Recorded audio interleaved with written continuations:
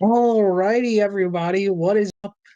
Yes, you are seeing this correctly. I decided being that I did not have an episode last week, and so instead of the episode being I was out of town, I decided I'm gonna do live play-by-play for the national championship game. I do have something that will fill up halftime, hopefully completely. But either way, this is actual and real. And it's the first time I'm doing live play by play in a very a full stream of live play by play in a really long time. Um, I'm excited.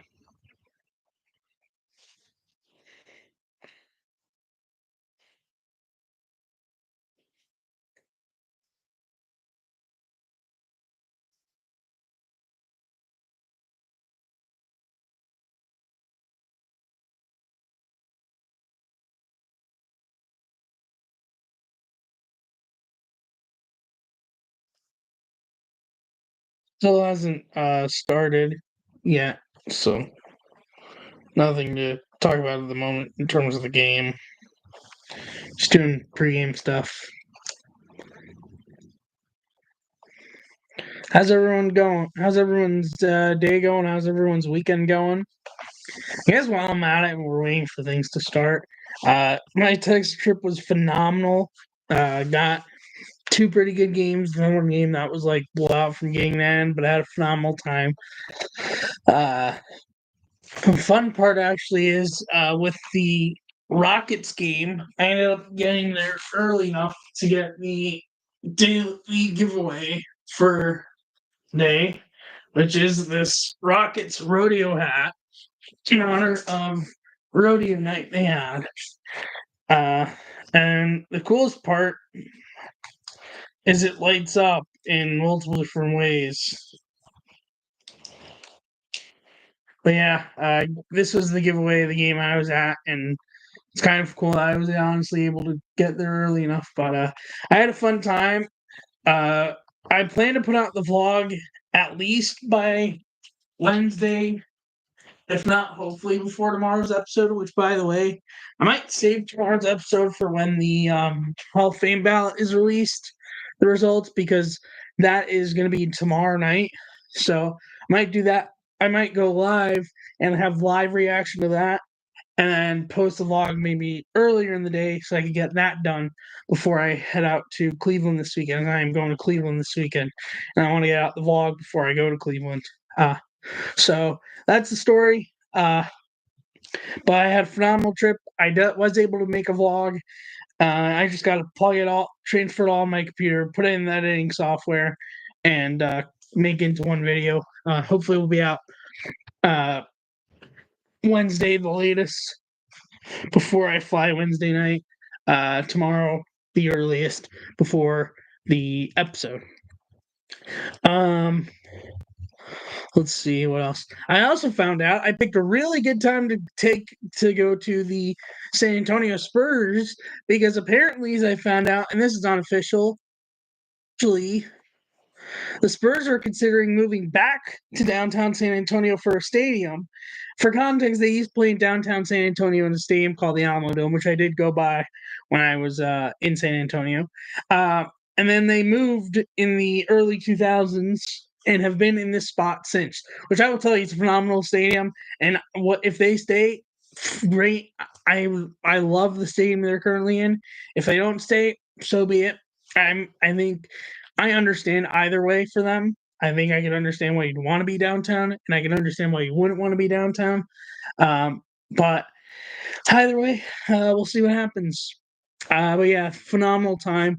If I had to rate the three stadiums I went to, as which one was the best, the one I would give the best, and really they're all phenomenal, so not like a gigantic edge, is Dallas, because their stadium, when you look inside, it is literally like you're entering an old government building or museum. It's just like you never expect that for like a sports stadium.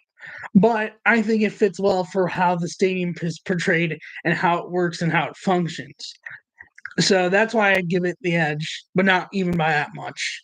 Um, yeah, that's the one I would put highest of them all. I don't know who I would put two and who I would put three, but as for which one would be the best, I would definitely I give Dallas a very small edge, just because of the unique look it has to the stadium. And by the way, I haven't done Immaculate Grid or Daily Walk Off so today. So halftime I'm planning to do uh Immaculate Grid, and I'll do a daily walk off for all the teams for you guys. That should be able to occupy all of halftime. Just waiting for the game to start. If you're here and come in at any point, put your predictions for this game down below. I mean, I can tell you my pick, but like I'm an Ohio State fan. It's kind of like simple who my pick's going to be for this game. But curious what your guys' picks are. And by the way, my NFL playoff bracket's already busted. Both the teams I had going to the Super Bowl, Lions and Ravens, lost this week. I was just like, you gotta be kidding me. I mean, then again, no one saw the Commanders' performance coming. That was out of nowhere.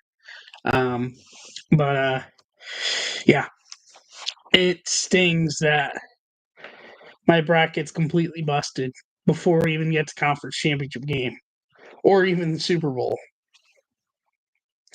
But it is what it is.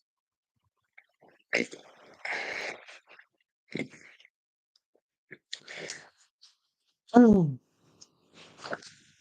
And also, for those that don't know, the national championship game is in the Falcon Stadium in downtown Atlanta, which is right by the Hawks Arena, which I have been to the Hawks Arena, and I saw the Falcon Stadium from the Hawks Arena. There's like a area within the arena where you can see the Falcon Stadium.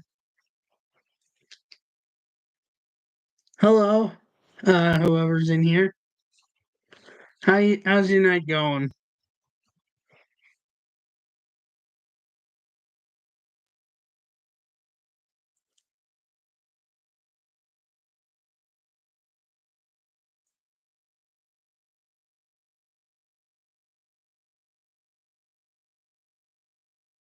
They're like doing the pregame. They're doing the team walkouts right now. Imagine will probably start at this point. Probably not starting until closer to 8. But then again, that's crazy or surprise. Even when do these games ever start on time?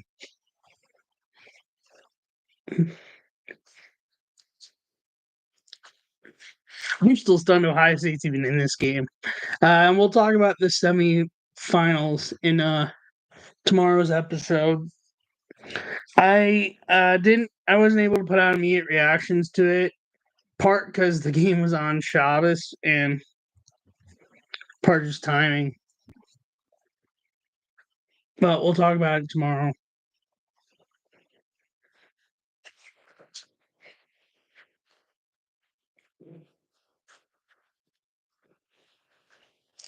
The funniest part with the Ohio State Texas game is the fact that on the New York Post the next day, before I had even seen who won the score, well, I guess I saw who won based on the cover, but before I had even seen the score or what happened, I just see Jack Sawyer on the front cover of the New York Post Sports, and I'm like, what in the world is Jack Sawyer, guy on the defense? Who, don't get me wrong, he's a really good player, but like out of without context, that's just like random. And then I see he had the fumble recovery for a touchdown to get off his former roommate. Oh, Jerome Bettis is at the game. Is going to be part of the coin toss for Notre Dame. Italy, I forgot he went to Notre Dame. um, but yeah, once I saw that, I was like, yeah, that makes a lot of sense now. And that stat is what told me why Ohio State won that game. And then I also saw after Shabbos, I saw the highlights and saw Henderson. Did you? Not Henderson. No, Travion Henderson's long touchdown pass. That also told me why they won that game. But yeah, we'll talk about it more tomorrow. And I'm also going to talk about the Notre Dame Penn State game and the college football playoffs. Is that Archie Griffin? Ohio State rep. They haven't said who it is. I have the volume off, by the way, because of copyright. I'd love to have the audio on so you can hear the broadcast, but due to copyright, I have to keep the volume down. I think it's Archie Griffin, but I might be wrong. I'll try to look into it later, maybe let you guys know tomorrow. They're about to do the coin toss.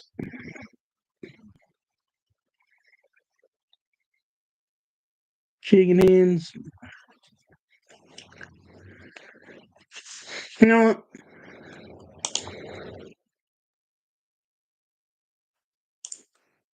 I got an idea.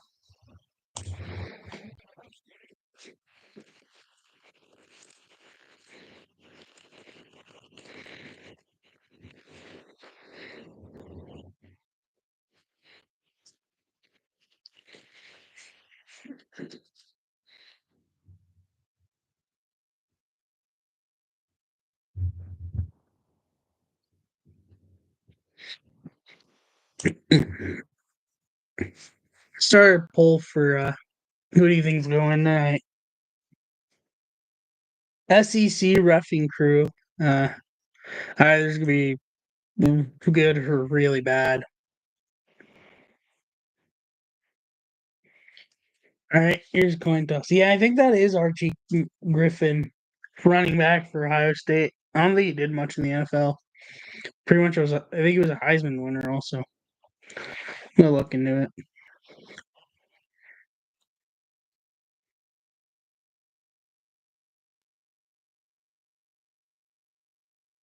And I think Notre Dame gets the ball first. Okay. You know what? While we're at it, I'm curious to see. She Griffin. Let's see if I can. Yeah, I think that was Archie Griffin. Seeing a pick and seeing who was out there. Yeah, that was Archie Griffin. I'll share screen and show you. Like 95% sure that's who it was.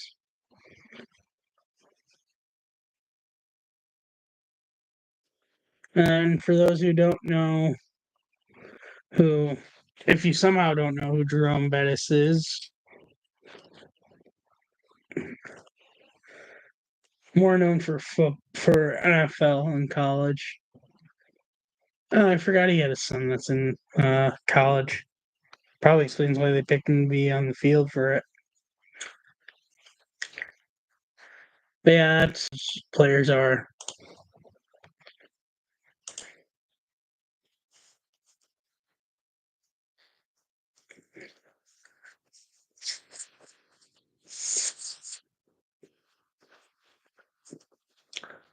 Seems like we're going to be seeing Ohio State's defense out against Notre Dame's offense out first. Yep. All right, here we go. National championship on the line. Ohio State looking for their first since 2015. Notre Dame looking for its first since the 1980s.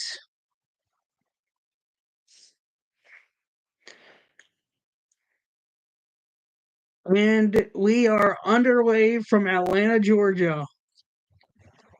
As the kickoff falls in the back of the end zone for a touchback, and Notre Dame will start at the 25-yard line. Riley Leonard, Notre Dame QB, since their loss to NIU, 13-0, 236.3 total yards per game, and 34 touchdowns are responsible for. Dang. By the line, this game's is Ohio State. It's like 8.5-point favorite. All right, 1st and 10 for Notre Dame at their own 25.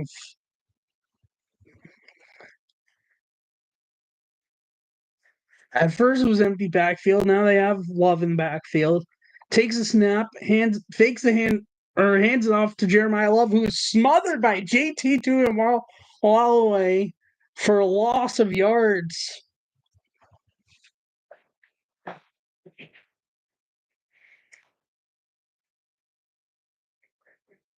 And that'll bring up second down and long. Can't see what. I think it was a loss. Second and 11, loss of a yard there. Second down, Love in the backfield once again with Leonard. Takes the snap, fakes a handoff to Leonard. Riley Leonard runs it himself and gets very close to the first down, about a yard or two short. And that's going to bring up third down.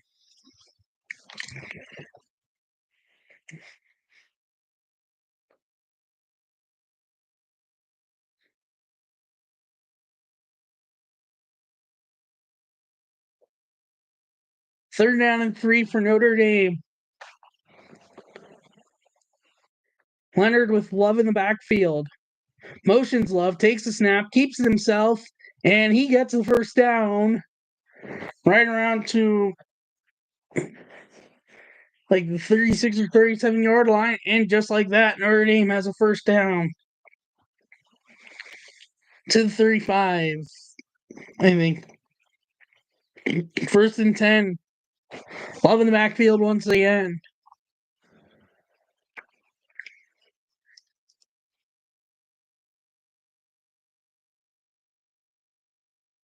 Takes a snap, back to throw, looking. Pressure looming. Throws. Incomplete. Try to get it to 10, but it did not seem to connect. And second down and 10. I don't know a lot of the Notre Dame players, so except for Love and Riley Leonard. I'll know more of the Ohio State players. Just a heads up. So second down and 10.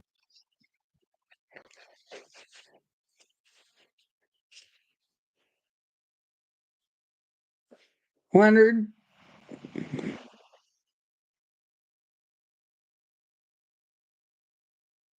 takes a snap with 4 seconds on the play clock, gets it off the pass to 10, and he gets it to about 1 yard short of the first down, and that'll bring up another third and short. Imagine it'll be third down and 1, if not 3.5. Let's say got the first down? No, they say they got the first down. Oh. I thought he was short, but I don't know. First and 10, takes a snap. Quick pitch out to Jeremiah Love, who gets a gain of a few yards, gets a good gain there. Bringing up second down and short.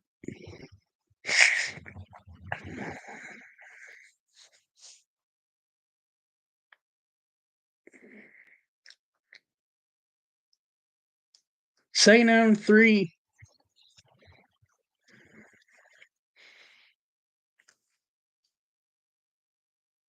Empty backfield. And then just as I say that, Riley Leonard, Jeremiah Love re-enters the backfield. Takes a snap, keeps it himself, and is going to be short of the first down by the defense. Tyleek Williams was there at the end of the play, and a few other guys. And that's going to bring up third down. Third down and 1. Let's see if Ohio State can get off the field. Third and 1. They are not in field goal territory right now, so if they don't convert, they're more likely going to have to punt. Leonard takes a snap, handoff to Jeremiah Love, who is going to be tackled behind the line, short of the first down. Sonny Styles and Cody Simon right there to bring him down. And the Notre Dame will have to punt the ball away. They tried a trick play with Jeremiah Love, who started going towards the other side before the snap, going towards the left, then cut back right to try to run, but was tackled short. And then, no, it's actually fourth down and 1, and Notre Dame is going for it. This is gutsy early, unless they're just trying to get them to jump off sides. Let's see. No, they're going for it. And he got it. He got it. Riley Leonard kept it, went for it, and got it.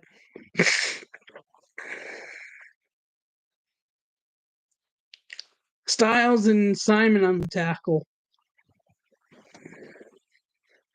And that would have been a pivotal stop on fourth down if they would have gotten that stop. 1st and 10, not field goal range yet, but getting close. Takes the snap back to throw, looking. Pressure looming, escaping. Throws, it's caught for the first down. Now past the 30 to Raritan. That now puts them in field goal range. Another first down for Notre Dame. Dude was pretty much just wide open relatively. Sawyer just not putting the best defense on him. 1st and 10, empty backfield. Motions receiver. Takes the snap on first down. Back to throw, looking. Throws, incomplete. Try to get it to 10 once again, but could not get a hold of it as that was a very low throw. I'll bring up 2nd down and 10. He tried to dive for it, but could not hold on to it.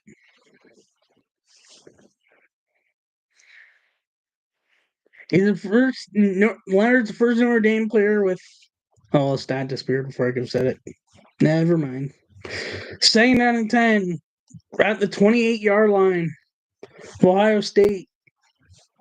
Leonard takes a snap, handoff, and he's going to be, I think, just short, if not, might have gone the first.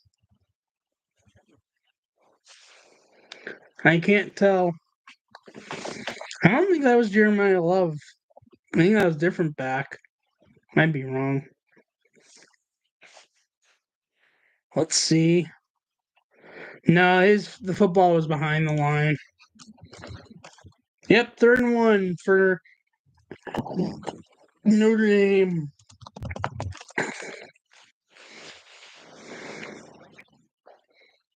Yeah, that wasn't Jeremiah Love. 3rd down and 1, takes a snap. Leonard keeps himself and gets the first down again. Ohio State having a hard time stopping Notre Dame on 3rd down, and they get the first down again, creeping closer and closer to the end zone. This time Love was in the backfield, but Leonard kept himself.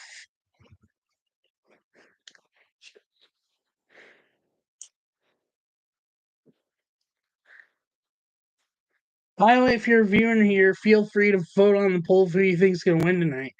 1st and 10 at 19 at the 14, takes a snap, handoff to Jeremiah Love, who will get about 2 yards or so, and that brings up 2nd down.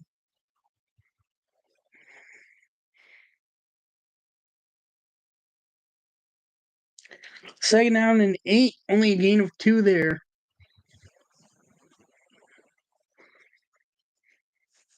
Come on, defense. 2nd down and 8 from Ohio State. 12. Takes the snap, back to throw, looking. Escaping. Trying to throw, does not, keeps himself, and is out of bounds just short of the first down by like 3 yards or so. And that's going to bring up 3rd and short.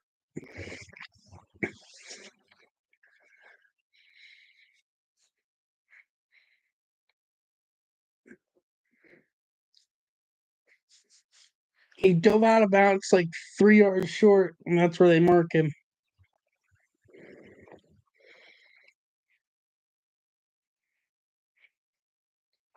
3rd and 3 from the Ohio State 7. Leonard takes a snap, fakes the handoff, keeps it himself, and I think he's going to be short by like inches. Yep. Inches short of the first down will be 4th down, and decision time for Marcus Freeman. Feel free to vote on who you think is going to win tonight while you're here, as I have the poll up here.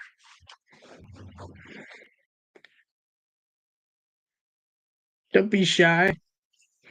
4th down and 1, and they're keeping the offense back out again. Last time it worked. The play clock's down to 5. They get the snap off. Leonard keeps it, And Leonard gets the first down again.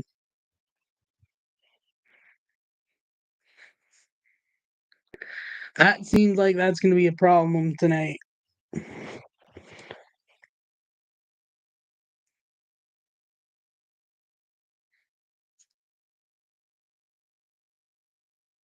Just left an open hole and almost got in the end zone a yard short, maybe an inches short.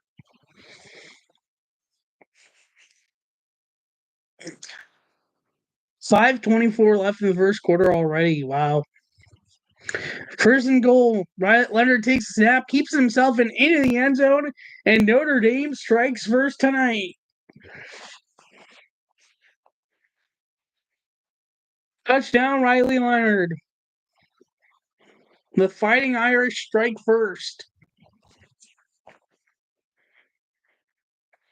18 plays, 75-yard drive, 9 minutes and 45 seconds of time taken off the clock, and Ohio State hasn't even gotten the ball yet.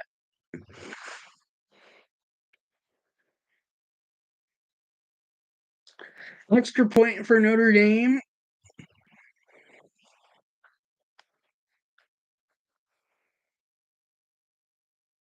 Snap good, hold is good, kick is up, on its way, kick is good, and it is 7-0 Notre Dame. With 5:15 left in the first quarter. Ohio State's got to start making adjustments for the running because they have not had an easy time trying to stop Riley Leonard running the football. And that's himself running, not even Jeremiah Love. I almost said Jeremiah Smith. Oh Lord.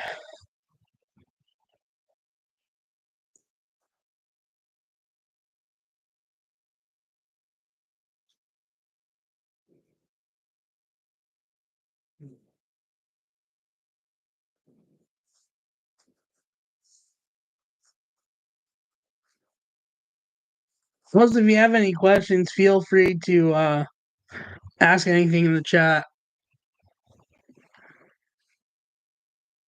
Or if you just want to say hi or anything.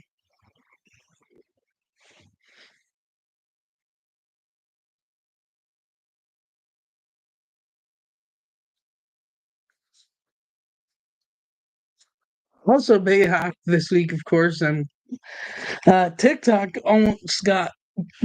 got banned for a moment and then unbanned. Which, by the way, I am on TikTok, under the podcast. The link will always be in every video and episode. In the description under my link tree is a link to my TikTok. Go check it out when you get a chance.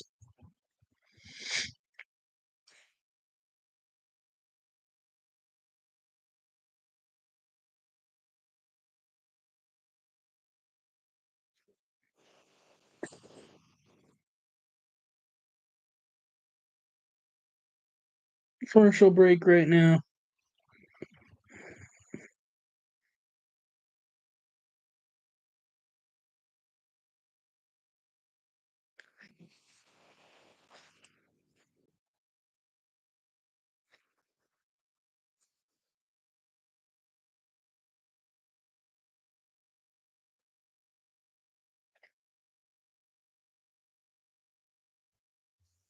I'm curious to see something.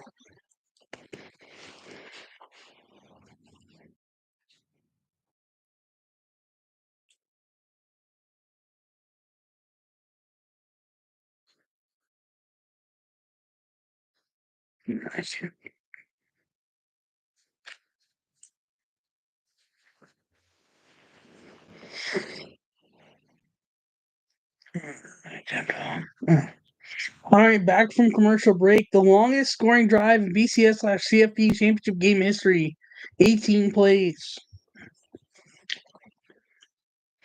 Just because you kill a lot of time doesn't mean you're going to win a game. Definitely will help you, but doesn't always make the difference.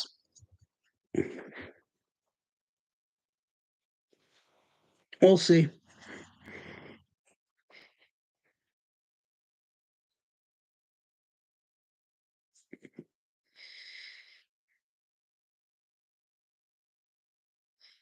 By the way, it's the third time in 4 years Ohio State and Notre Dame have played each other, with Ohio State winning the last two. Kickoff goes out of bounds for a touchback, and Ohio State will start at their own 25-yard line. Showing an aerial view with State Farm Arena where I've been before in the picture. Downtown Atlanta, good times. That was a fun trip. And then the commercial break again. Yeah, they like to do a lot of commercial breaks in college football.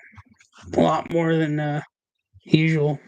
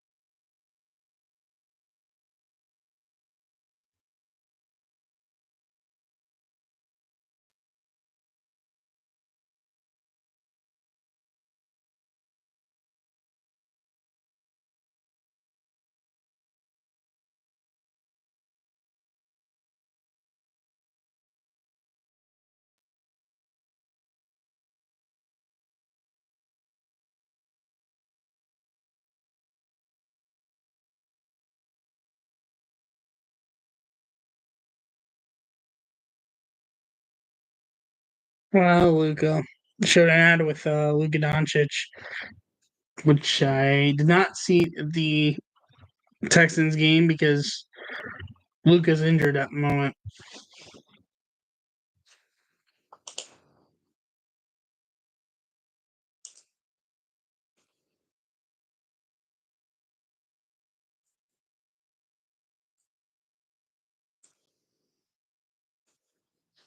Okay, now we're back from commercial break. Ohio State, Notre Dame have met. It can be stories of times. They also met in I think it was the Fiesta Bowl in like the year after Ohio State won the national championship. Known for uh, Joey Bosa in his last college football game, uh, targeting on Notre Dame QB and future Cleveland Browns QB during the 2016 season, Deshaun Kaiser. So first and 10 for Ohio State, their own 25. Let's see how Ohio State will start this game. Will Howard with, I believe that's Quinshon Judd. No, that's Travion Henderson in the backfield. First and 10, Egbuka in motion, takes a snap, handoff to Travion Henderson. Henderson gets a bit of a hole and gets a gain of at least 5, maybe even 6. And I'll bring up second down in about 5 or 4.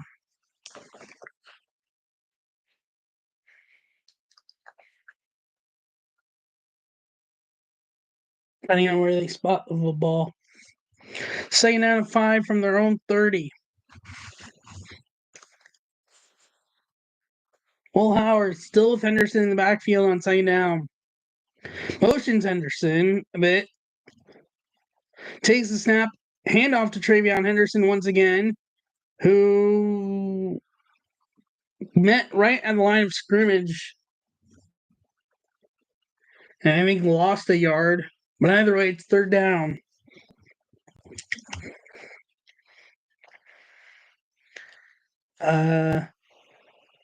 Not sure if they lost a yard or not.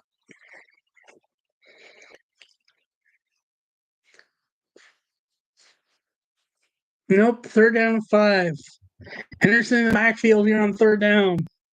Motions Ennis. Takes a snap, back to throw. Will Howard looking.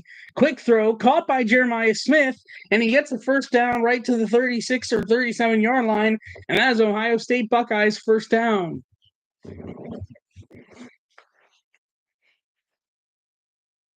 Quick connect pass to Jeremiah Smith to get the first down. The freshman who's been red hot all season long. I mean, not even he didn't do much against Texas, but most of the season's been ridiculously good for them. He only had 3 receiving yards in the game against Texas, 1 catch for 3 yards, no touchdowns. And Ohio State won that game. Henderson in the backfield still. 1st and 10. Nick takes a snap. Howard back to throw. Looking, scanning, throws. He's got G. Scott Jr., who gets a few yards there, and that will bring up St. Now. Nice job to avoid the sack and get a good few yard gain there.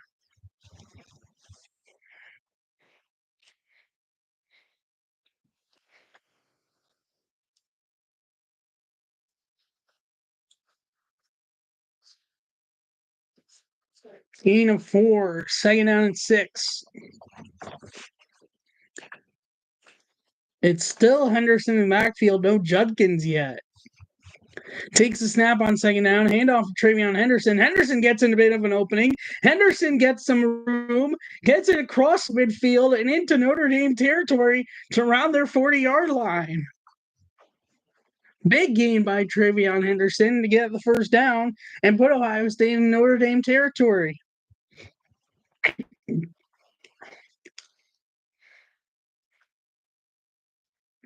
Definitely interesting, though. We haven't seen Judkins out on the field yet. I mean, I love Travion Henderson, don't get me wrong, but empty backfield this time on 1st and 10. Quick throw. This time it's to Judkins. Judkins gets some room. Judkins gets a first down to around the 25-yard line. And Ohio State is starting to get some momentum here. Speaking of Judkins, Quinshon Judkins transfer from Ole Miss.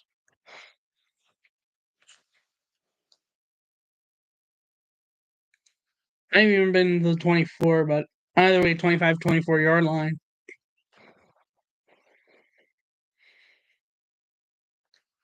At the 25, 1st and 10 for Notre Dame 25. Empty backfield once again as Judkins motions out of the backfield. Now Jeremiah Smith motion, takes the snap, direct snap to Jeremiah Smith, and Notre Dame read it too well, a loss of 5. And that's going to bring up 2nd down and 15. Tried a trick play with Jeremiah Smith, and it completely flopped. Interesting idea, bad execution.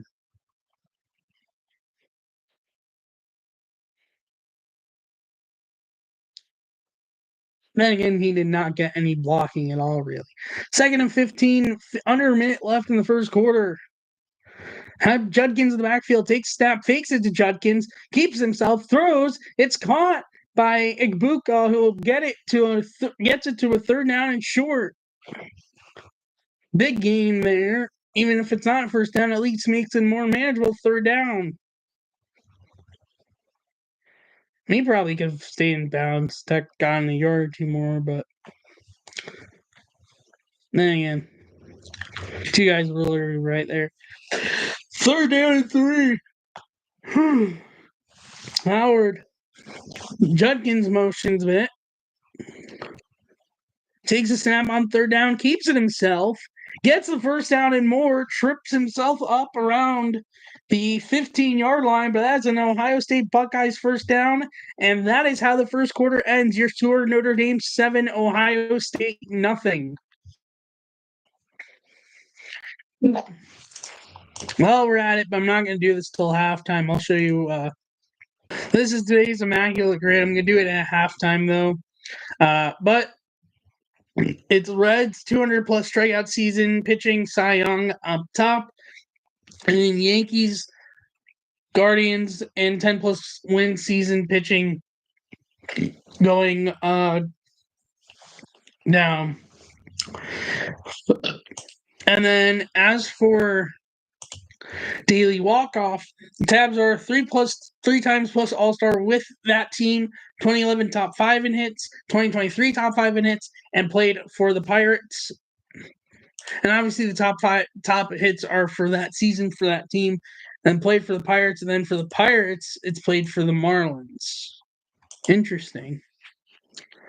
Thought I might as well share that while we're waiting for commercial break to end.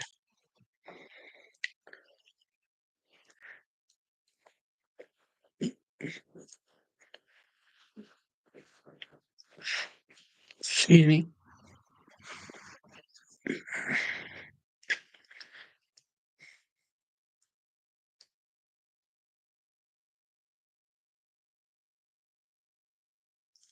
Both defense. Well, I mean, anyways. Yeah. Nope. Both defenses not doing much so far in the early going. Feel free to interact with the poll I put up or chat if you're in here. Both are free. You don't have to be subscribed to chat or vote in the poll. I mean, it'd be great if you could subscribe, but not required.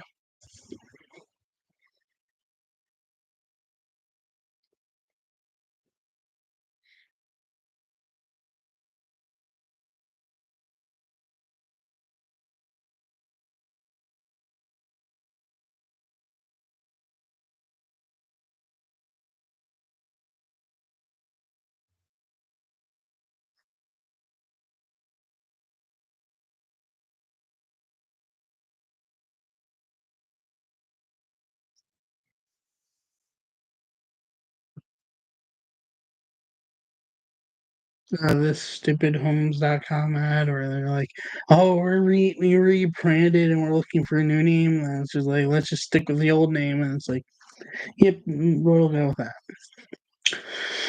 Oh,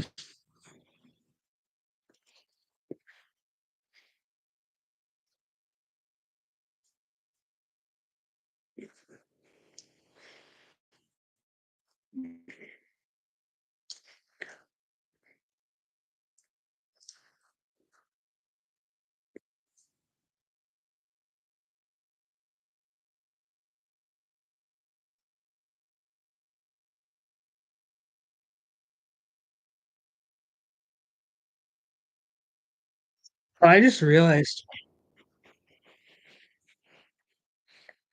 I forgot to think just a little thing about the band. I forgot to post on TikTok that I'm live.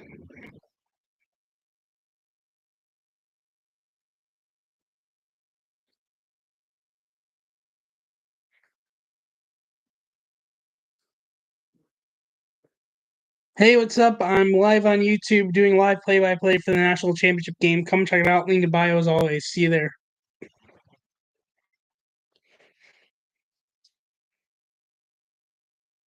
Oh, Anthony Mackie was at the game.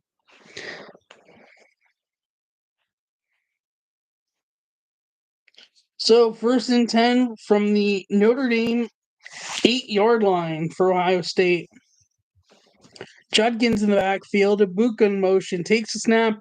Handoff to Quinshon Judkins. Judkins gets some room and will get a good gain. Short of the first down still.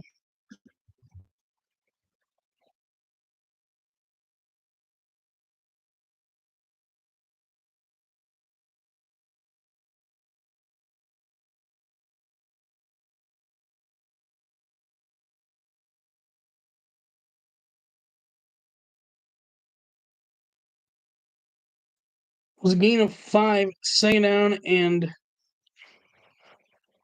5 for Ohio State. Takes the snap, handoff, fakes the handoff to Henderson, back to throw, kicks it out. Jeremiah Smith, open room, and he's into the end zone. Touchdown, Ohio State. And just like that, they're an extra point away from tying this game. There we go. Gets one of Jeremiah Smith. First touchdown since the Oregon game. And just like that, we're right in it. Just found a wide open Jeremiah Smith. He's the last guy you want to be leaving wide open. I mean, then again, he started going towards the left, which tricked Notre Dame, then cut back right, and that's what got him wide open, and he was gone. Extra point by Fielding is up and good. 7-7 game.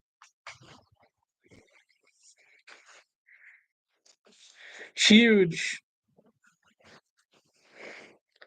29 was like trying to note like needing more back coverage on Jeremiah Smith, but they did not get more coverage and no one was on him. 29 went elsewhere for Notre Dame. I don't know like a lot of the players in Notre Dame. I just know the QB and running back. And of course, right to commercial break, even though we were just in commercials during because of halftime. Oh Lord. I'm still happy I'm doing live play-by-play for this game, given I was not, I didn't do an episode last week. But yeah, all's good. Had a fun trip. I had a whole story with flying. Oh, wow, that was an adventure. So, for context, when I flew to Houston first and flew back from San Antonio, both nonstops. And with my flight there to Houston, I was taking off from New York LaGuardia and was supposed to get into IAH Bush, not HOU Hubby. You're probably wondering why I mentioned both. This is where the flight story kicks in. So, at first, they had a problem with distributing the checked bags weight where it's not tipping one way or the other. And then that took so long, they had to refuel. Then, once we're up in the air, the weather was so bad around IAH that they ended up having to do an emergency land. They had to change their landing spot to HOU instead while still trying to get back to IAH. But me knowing what happened to me last time with Columbus, which that's a story I will dive into after, so you know about that story. I was like, if I could get off this plane at HOU, because my hotel where I was staying at, for context, was basically equally distanced both. I'm like, if I could get off this plane, I'm getting off this plane. They allowed people off. I had to show my boarding pass, and I just got off, and it was good decision because they ended up having trouble even trying to get back to IAH, got delayed more. I didn't check a bag, by the way, which helped with getting off there. Got delayed more. I don't think it even ended up taking off back to IAH that night and then had to be in the next morning. And so I was definitely happy with my choice not to stay on and to just get off at IAH or HOU, not go to IAH. But yeah, I was definitely relieved seeing that it ended up getting even crazier throughout the night. And I was already like late at night at that point. So for context, the Columbus story. So I went to high school in Milwaukee, Wisconsin. I don't know if I ever told you guys, but yeah. And so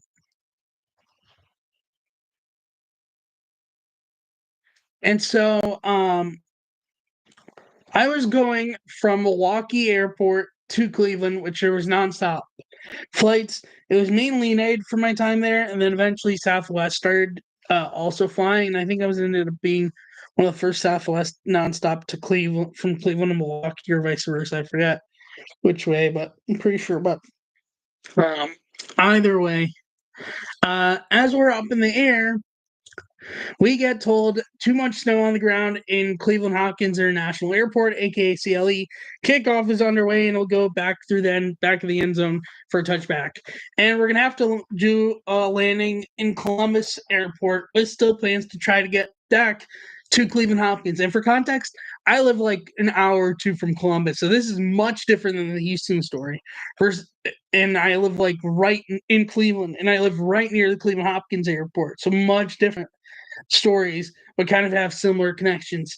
But but the story gets crazier because while we're waiting in Columbus, our original flight to get back to Hopkins gets canceled, and they were going to send us on shuttle buses to Cleveland Hopkins. I forget if I think I did check a bag because of how long I was there. I forget if I did or not, but either way. But that doesn't end up happening, and they ended up getting us on a new flight, but it wasn't going to be for like another hour or two, so we were stuck in Columbus Airport. Eventually, they got us a new flight through a different gate. We boarded, took off before 12 a.m., landed just before 1 a.m., and I got home after 1 a.m. Just a crazy night. Now, the nice bonus I got out of it was a free Starbucks, which there are some kosher Starbucks, whether completely kosher or just some parts kosher, that's another story, but there are some Starbucks that have kosher stuff. And then also they offered free Burger King, but Burger King is not kosher at all in the U.S. And I don't think maybe there's a kosher Burger King in Israel, but definitely not in the U.S. But yeah, that was my Columbus story, just so you know. So similar to the one with Houston, just some differences, but thought I would at least mention it while I was mentioning Columbus story. Throwback. Also, the funny part with both flight stories is both were on the same airline, United. Coincidence? I'm not sure. You can make it out on your own whether you would say it's coincidence or not, but definitely odd. And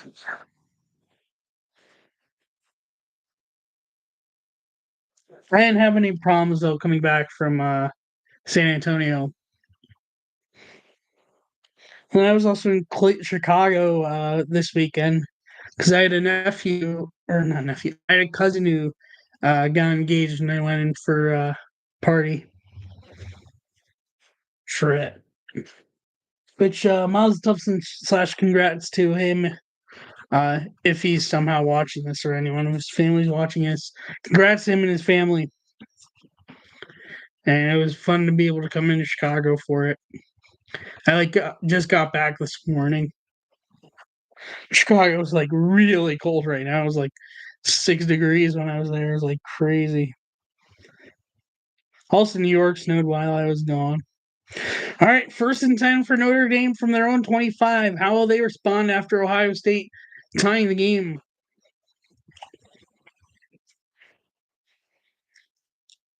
14-10 left in the second quarter. 31 pass yards, 34 rush yards, and a rushing touchdown on their opening drive for Notre Dame for Riley Leonard. Leonard with Jeremiah Love, I believe, in the backfield, or it might be the other guy. Receiver in motion. Takes a snap back to throw, looking, pressure, throws over the arm of number 5 for Notre Dame, incomplete, second down.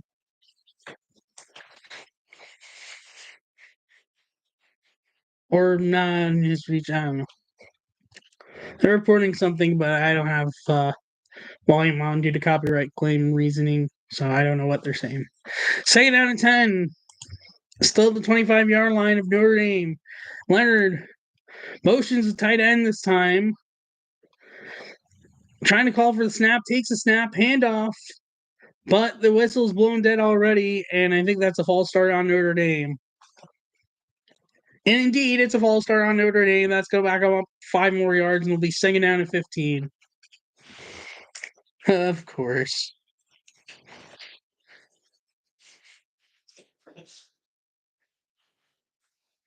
Will Howard trying to pump up the Ohio State fans from the sideline. So 2nd and 15 now, backed up to their own 20 now. Can this be where Ohio State gets a defensive stop? Leonard with a man in the backfield. Wide receiver in motion. Takes a snap back to throw. Pressure looming. Styles missed the sack. Leonard escapes. Gets the throw off. Completed, I think. There is a flag, though. It is a completed catch if it stands, but there is a flag. Is this coming back again? Or is it on Ohio State?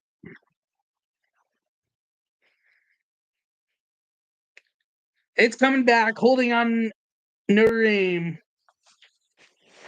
So now they're backed up even more now, and it's still 2nd down. Oh, wow. Yeah, that is absolute holding. 58. What are you doing, my man? He was literally holding Tyleik Williams. Yeah, you're not getting away with that in college football. So now 2nd and 25, backed up to their own 10-yard line. Empty backfield here on 2nd down. Then the running back moves back into the backfield. Last moment. Takes a snap, handoff to that back, and he gets stuffed for about like a 1 or 2 yard gain. And that's going to bring up 3rd and long. Sonny Styles there on the tackle. I think they only gained like a yard or 2, so it's still going to be 3rd down and like 20 blank. And that's going to bring up 3rd down and 23. Ohio State looking for what would be a huge stop right here and force a punt. But if they get it to 4th and short. I have a feeling they might go for it. 3rd down, 23. Leonard takes a snap, back to throw, looking, pressure looming, pressure looms, gets off the throw, it's caught, gets it back to around the 21, but that is all. It is still going to be a 4th down and long, and Notre Dame is going to punt the ball away. A huge stop by Ohio State. David Igbenogson on the tackle, and Notre Dame will punt it back to Ohio State.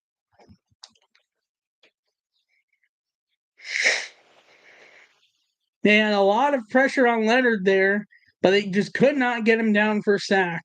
4th and 15, so they got 10 yards. They got about 10 yards back, a little bit less than 10, but they're going to have to punt it away. He gets off the punt, and it is not a great punt. And Caleb Downs called for a fair catch around the 35-yard line, but there is a flag down. Who's it on?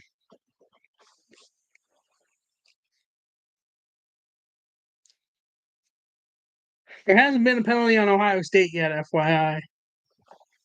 Then again, this might be on Ohio State, and then I just eat my words. Did I speak too soon, or is it on Notre Dame? I mean, then they're motioning towards Ohio State. Let's see. Holding, and it's on Ohio State. Just as I say, no penalty on Ohio State yet. The penalty's on Ohio State, of course. Holding on Ohio State's probably in back up to like the 25. So the punt was great, but they got even better due to the penalty. Ohio State will now start at their own 25-yard line, I believe.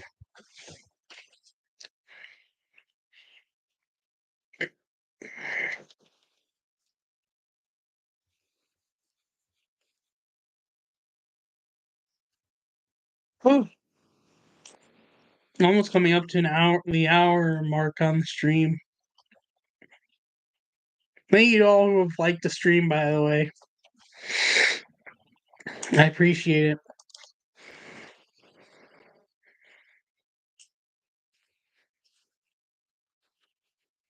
Oops. Up to 140 subscribers. Wow, I haven't checked in a while. That's cool. I'm up to 140 officially. Appreciate it. You know what? Actually, while we're waiting, I'll show you guys what I mean with the link tree and the link in the description, so you can like see what I mean. Just give me a moment here. You can also access it easily on the channel. So let me just share here. So this is the last episode of the podcast. You go to the description here, and this is the link tree. You can also access it via my main channel page. Up here, I don't know what happened there. Here we go. Up here, you can also click more and get that here. Or, well, no, that's just community page. I haven't posted community posts in a while. Wow. But yeah. And then tree. Let me share the link tree page. It shows you all my links to where all my podcasts are, and then all my platforms. So Apple, Amazon Music, Anchor, Apple Podcasts, Castbox, GodPods, Google Podcasts. So I think that might have just shut down. Some of these might have shut down recently, but either way. iHeartRadio, Overcast, Spotify, TikTok, my TikTok page, my Twitter page, and the YouTube page, of course. TikTok, this is my TikTok, by the way. This is tonight's game post, and then here's some of my other posts.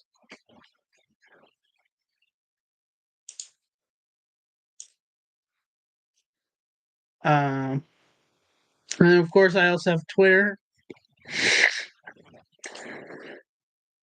Oh, yeah, I should probably edit that because I changed my handle recently for the podcast. But either way, yeah, that's my that's the link tree. It's in the description. It will lead you to all places where my podcast is and the social media platforms I'm on. Though I probably should fix that. Twitter link at some point. So, first and 10 for Ohio State with 12:21 left in the second quarter / first half.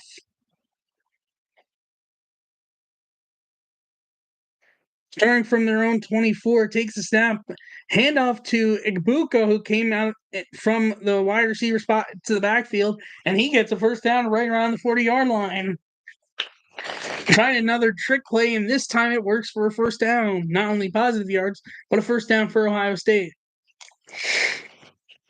So now first and 10 once again.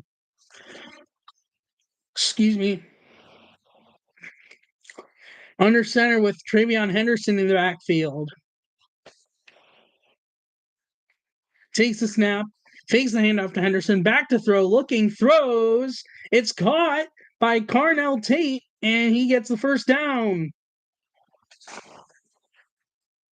Well, now let's just make sure he was in bounds.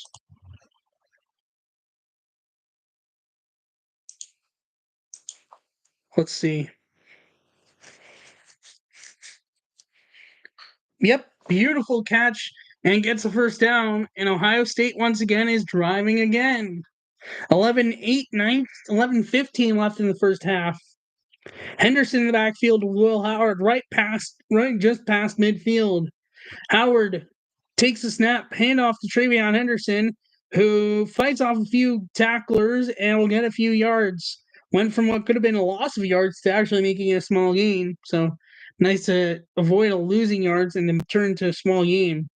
And that'll bring up second down.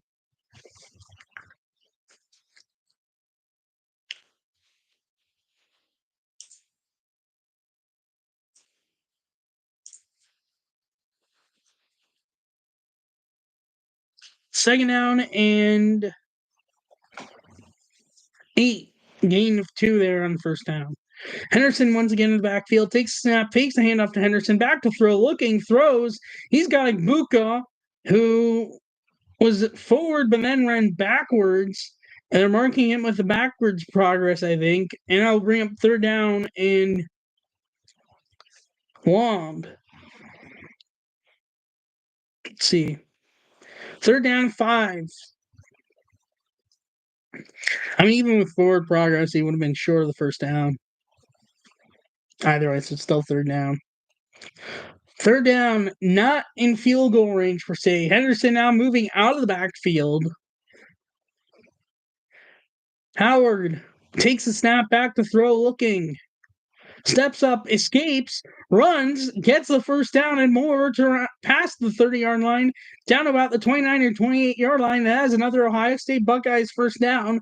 Now absolutely in field goal range, but probably going to look more likely for a touchdown, as touchdowns more than often will win you games, not for field goals. But then again, sometimes field goals even win games. But huge play by Will Howard gaining the first down. So first and 10 now at Notre Dame 32-yard line.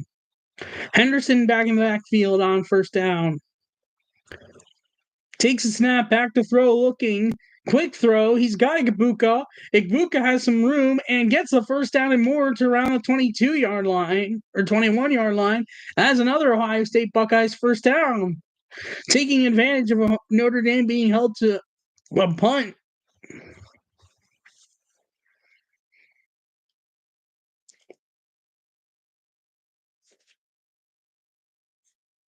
The last thing you need if you're Notre Dame is giving Ohio State momentum.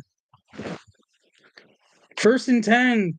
Igbuka now has 202 career receptions at Ohio State, which is a Buckeyes college football team record. Congrats to Igbuka. First and 10.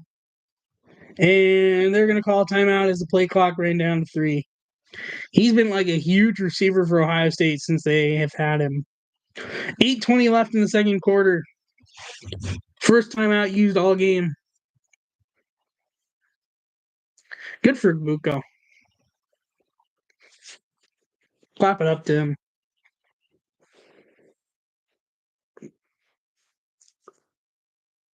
And of course, back to commercial break.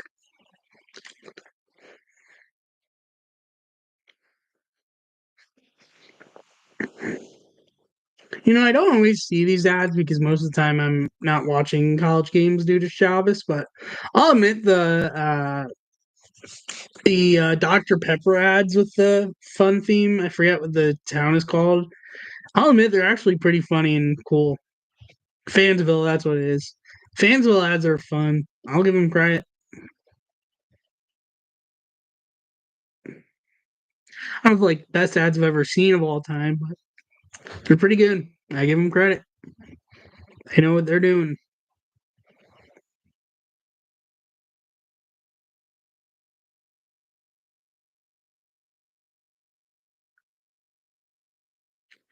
I think you might be able to find the ads on YouTube for all I know. Wouldn't surprise me.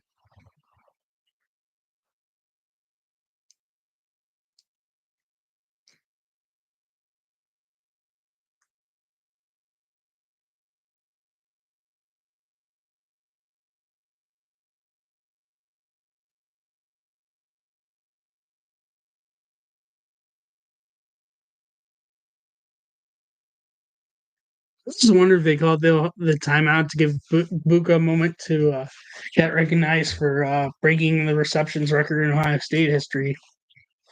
Wouldn't be surprised. But also, I mean, the play clock was down to 3, so probably more than likely just the play clock, but I wonder.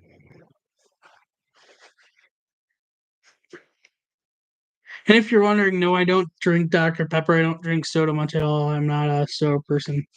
Just the water, chocolate milk, hot chocolate, grape juice. That's more because it's a Jewish thing for Sabbath. Milkshakes, certain flavors.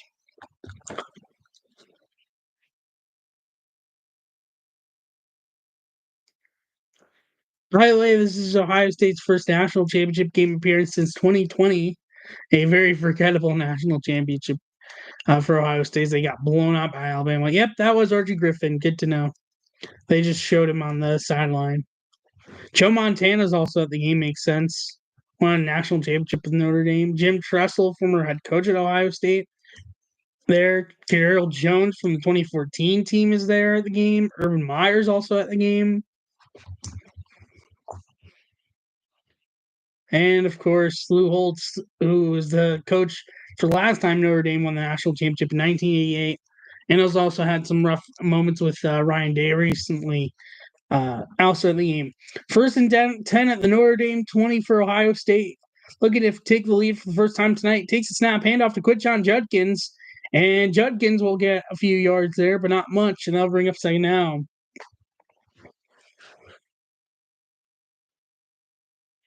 Judkins had a touchdown and had 2 touchdowns. I think a touchdown or 2 last week. Gain of 2, second and 8 to the 18-yard line. Him and Travion Henderson had all of the offensive touchdowns for Ohio State last week. And then there was defensive touchdown, of course, thanks to Jack Sawyer. Second down and 8, 7:45 left in the first half.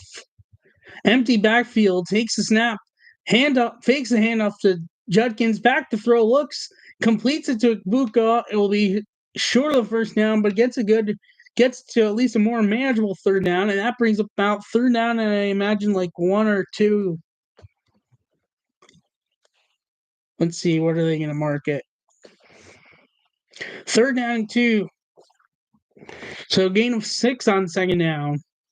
Now much more manageable third down for Ohio State. Third down, Judkins in the backfield with Will Howard. Takes the snap, keeps it himself, and gets the first down across the 10, and now in the red zone for Ohio State, first and goal. Looking to take the lead.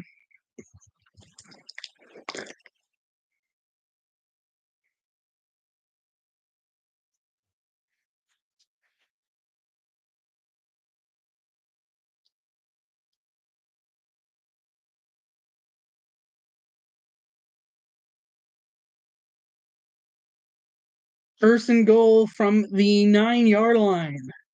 Judkins in the backfield once again. Motions, receiver takes a snap, handoff to Quinshon Judkins, stuffs a defender, and in the end zone, touchdown Ohio State to take the lead. Quinshon Judkins with I believe his second or third touchdown in the last two games, and Ohio State has the lead. Stiff armed a number 4 defender and just got enough yards, even with being brought down across in the end zone, I believe. Though, let's see, was he down? His hand was down. That might mark him short, actually. I mean, part of it was touching the white line, but that might be reviewed. I would review that from the refs.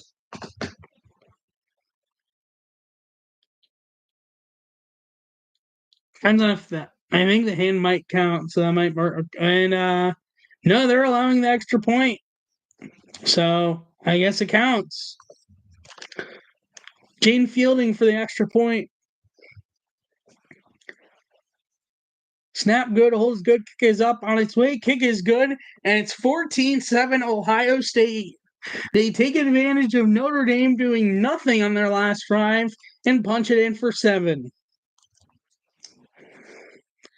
Let's see, am I correct in how many touchdowns Judkins had last week? Might be incorrect. Let me see.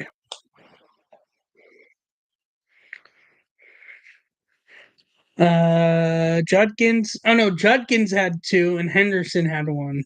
Sorry, 3 touchdowns the last 2 games for Travion Henderson. Did he have any even in any of the previous games? He had none against Oregon, and he had 2 against Tennessee. So he's had 5 touchdowns in the playoffs this year for Ohio State.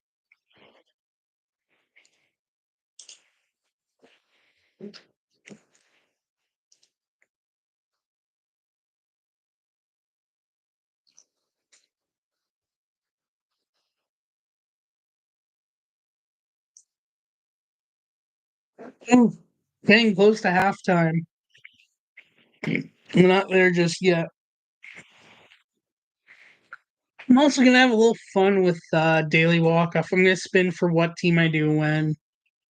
Make it fun.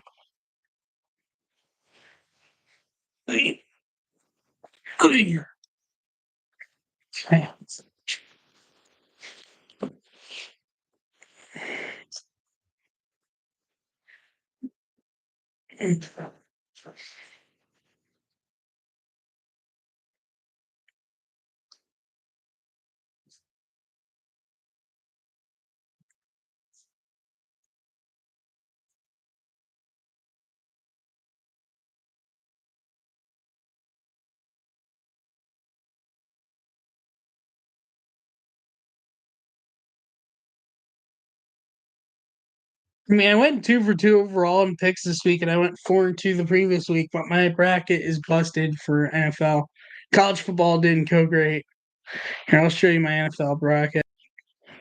So I had the Lions going to Super Bowl and winning the Super Bowl, except they lost the Commanders. So both my Super Bowl picks are out, but I got the other games correct. If I was making picks for this week, I'm gonna say Eagles. And as much as I don't want to see Chiefs in the Super Bowl, I'm gonna pick Chiefs. But we'll talk about it more on the episode on Tuesday, not next week. Tuesday. Ohio State now to kick it back off to Notre Dame with 6:15 left in the first half.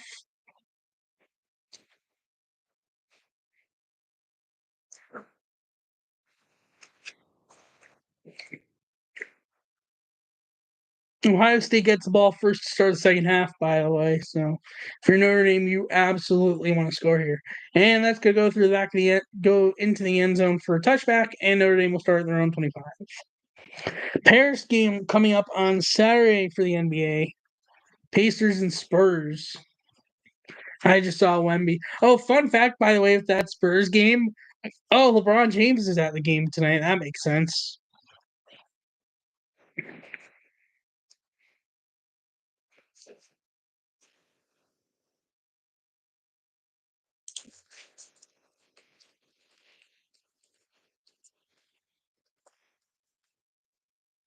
First and 10 for Notre Dame.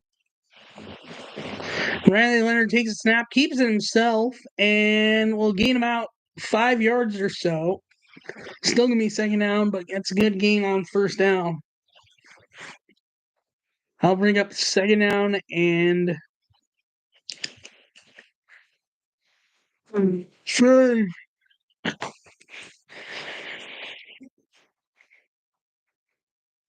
Now under 6 minutes to go in the first half. Leonard with Jeremiah Love in the backfield. Takes a snap back to throw, looking, pressure looming. Tui around him, could not bring him down in time. It is incomplete. And it's third down and 5. Tui with the pressure, but Leonard was barely able to get it out enough time to make it an incompletion, and that will bring up third down and 5. JT Tui Mawalaway on the pressure, but he barely got it off in time before the sack. Either way, third down.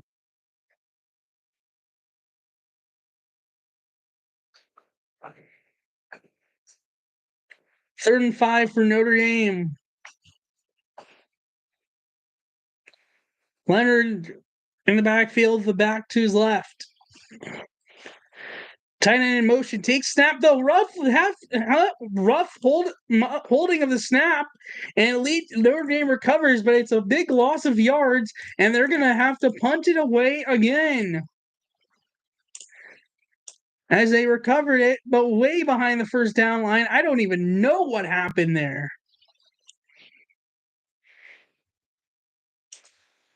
I mean, the tight end was in motion, and I think the snap might have hit the tight end in motion, and that was the last thing you want if you're Notre Dame.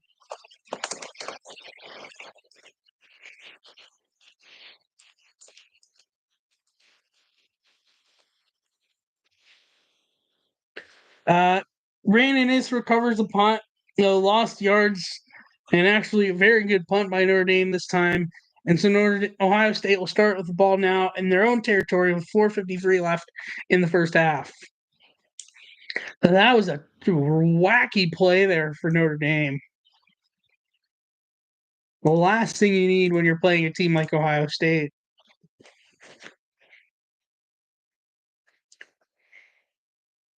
And ever since that touchdown drive, nothing has gone right for Notre Dame.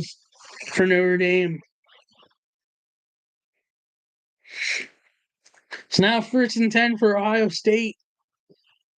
Travion Henderson in the backfield on first down from their own 20. Howard,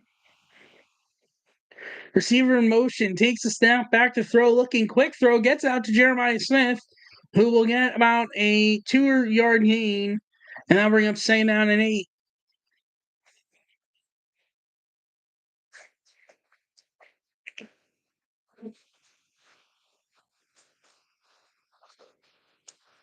Yep, second down and 8. 3 catches for 17 yards and touchdowns so far for the freshman for Ohio State, Jeremiah Smith. Second down and 8, Travion Henderson once again in the backfield. Nobody on the right side, though Jeremiah Smith just motioned over the right side. Second down and 8, Howard, motions back to the left side. Howard takes snap, pitches out Travion Henderson. He's going to gain a yard, and that's going to bring up third down and 7.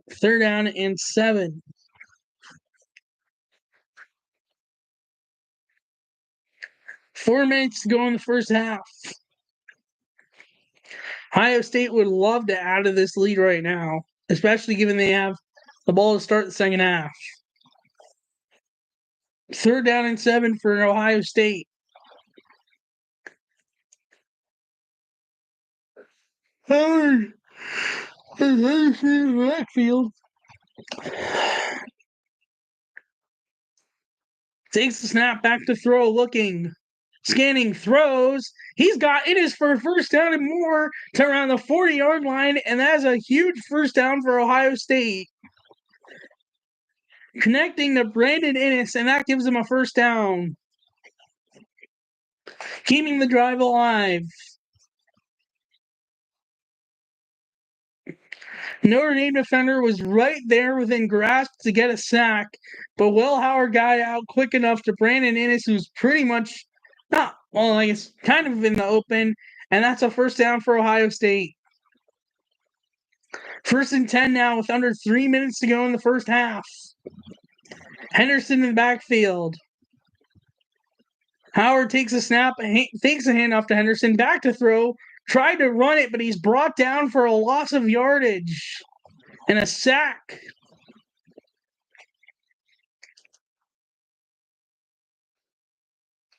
I don't know what he was trying to, I don't know what he was thinking.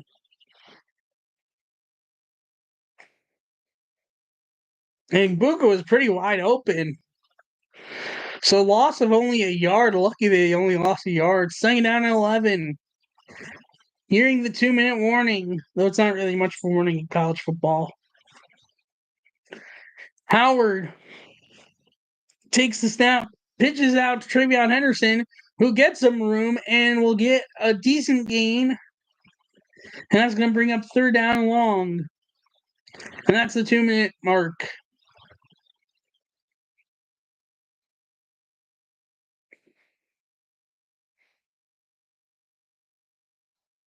Or I guess it is 2-minute warning time. Oh.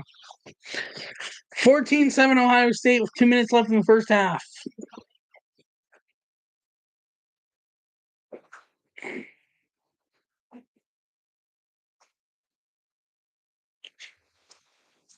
While we're waiting for halftime to hit, I'll set up Immaculate Grid. But I'm also, let me pop out chat in case someone pops in. While I do Immaculate Grid. Yep. Okay. Okay, there we go. Now let's do it like this. There we go. Still to halftime though at the moment. Still before halftime, but once it reaches halftime, we're gonna do Immaculate Grid and Daily Walk Off. Plan is to do all the teams for Daily Walk Off. We'll see how many we truly get through, but definitely gonna do as many teams as possible, given we're gonna have a lot of time at halftime. Old Dominion.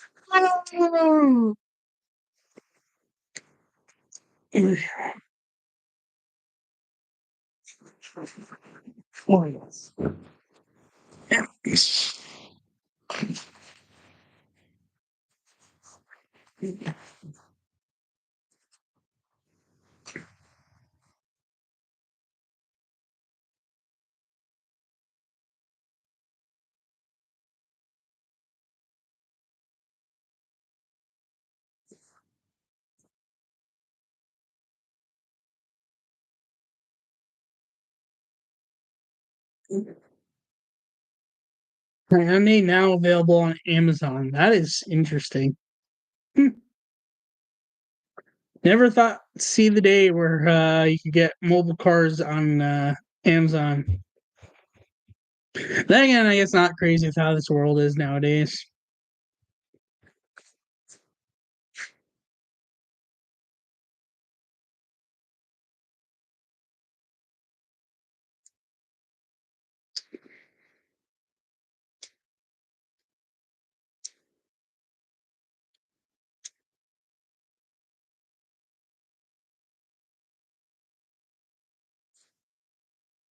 All right, back from a commercial break. Halftime show is Travis Scott debuting a new song. 1st and 10 for Ohio, or not 1st and 10. No, 3rd and 7 for Ohio State from their own 45-yard line. Empty backfield. Then Henderson moves back into the backfield with Will Howard. Howard Takes the snap, back to throw, looking. Pressure looming, steps up, throws. It's caught by Carnell Tate for the first down, right near field goal territory for Ohio State. And the clock is ticking. Huge first down for Ohio State. Big key for them that's kept their drive alive is connecting on third down for the first down, which is pivotal. Tate held on. That is absolutely a first down. And now Ohio State can sense more points. Henderson in the backfield with Will Howard on first down. Howard takes a snap, back to throw, looking, escaping, and brought down for a sack by 40 above Notre Dame. Loss of a yard or two, and that'll bring up second down and long. Burnham on the sack. Tripped up Will Howard. Otherwise, he might have had some daylight for a good amount of yards. And Notre Dame takes their first timeout. Second down 13, loss of 3. With 1:25 left in the first half. Which, by the way, if you want to watch this game while being able to see everything, then just with my play-by-play, the game's on ESPN. You can put it on the TV, turn the volume off, and then you just have me as a live play-by-play. The game's on ESPN. I don't know what channel will be on, depending on where you live and what network you have, but yeah, the game's on ESPN if you want to watch. So second down 13 for Ohio State with 1:25 left in the first half. Both teams have 2 timeouts left.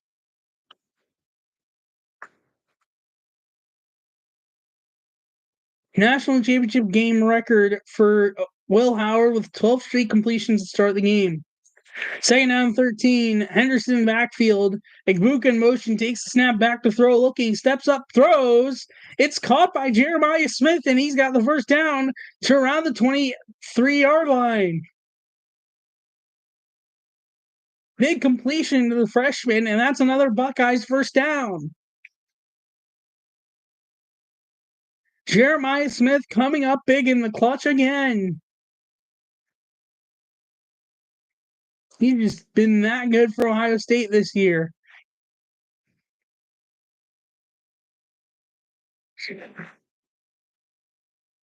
First and 10, 1:19 left in the first half. He got out of bounds, so that stopped the clock. Starting at the Notre Dame 23-yard line, Howard takes a snap, back to throw, looking, throws, connects or tried to connect to Travion Henderson, but could not hold on. Number 0 for Notre Dame was also there trying to pick it off or at least deflect it, and it's incomplete. I mean, you could maybe make a case for PI there one way or another, but no flag, and brings up second down.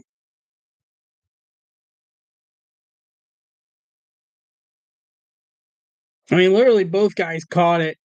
Henderson tried to rip it out, but anyways, fell down incomplete. So second down and 10, 1:12 left in the first half. Henderson in the backfield once again for Ohio State. Howard takes the snap, back to throw, looking, steps up, escapes, runs, has the first down and more at around the 12-yard line. Another Buckeyes first down as we are nearing 1 minute left in the first half.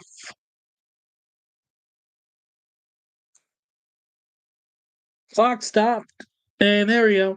Now a minute left in the first half. Howard takes a snap on first down, handoff Travion Henderson.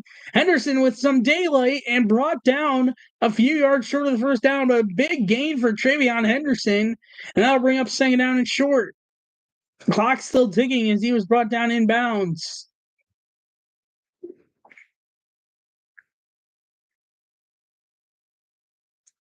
Second down and 4, 37 seconds left in the first half. Howard.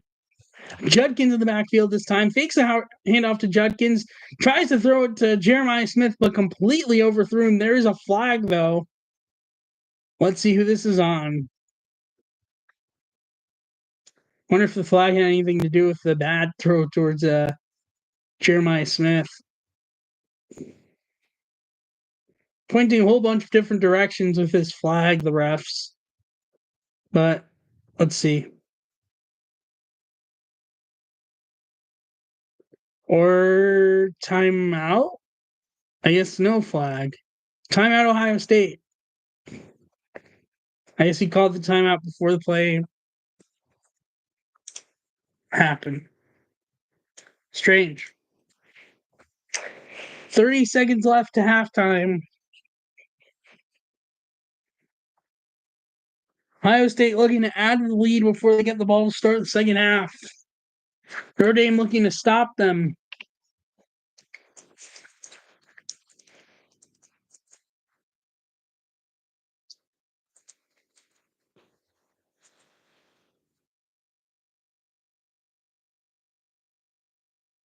Ohio State up 14-7 at this point. And they add 3 more seconds back to the clock. So that second down play not count, or is it going to be third down? Let's see.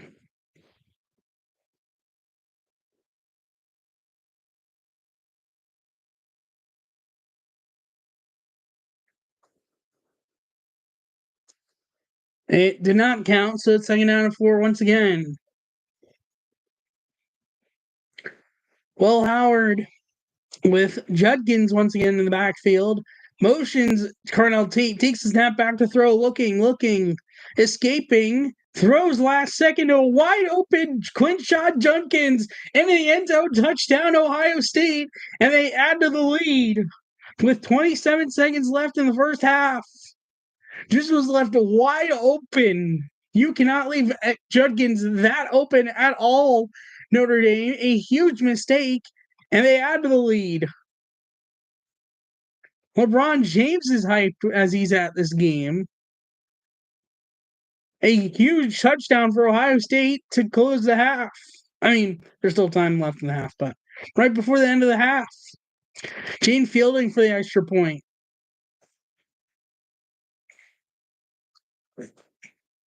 Snap good, hold is good, kick is up on its way, and it is good. And it is 21-7 Ohio State with 27 seconds left to the half. I imagine Notre Dame's probably just going to kneel at 10 to end the half, but then again, maybe not. We'll see. But a huge touchdown before halftime, especially since Ohio State gets the ball first to start the second half. I mean, there were like 4 guys right at Will Howard's neck, and one of them could have just been on Travion Henderson instead, but they just left him in the dust and just said, just get the touchdown. Just get the touchdown. Just get it. Riley Leonard chewing his jersey, knowing like, yeah, oh boy, here we go.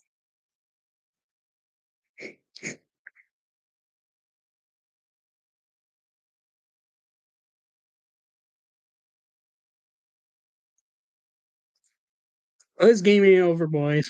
It's natty for a reason. Fielding to kick it off. Let's see if Notre Dame's even going to bother to do anything on this drive. They'll just get to the half.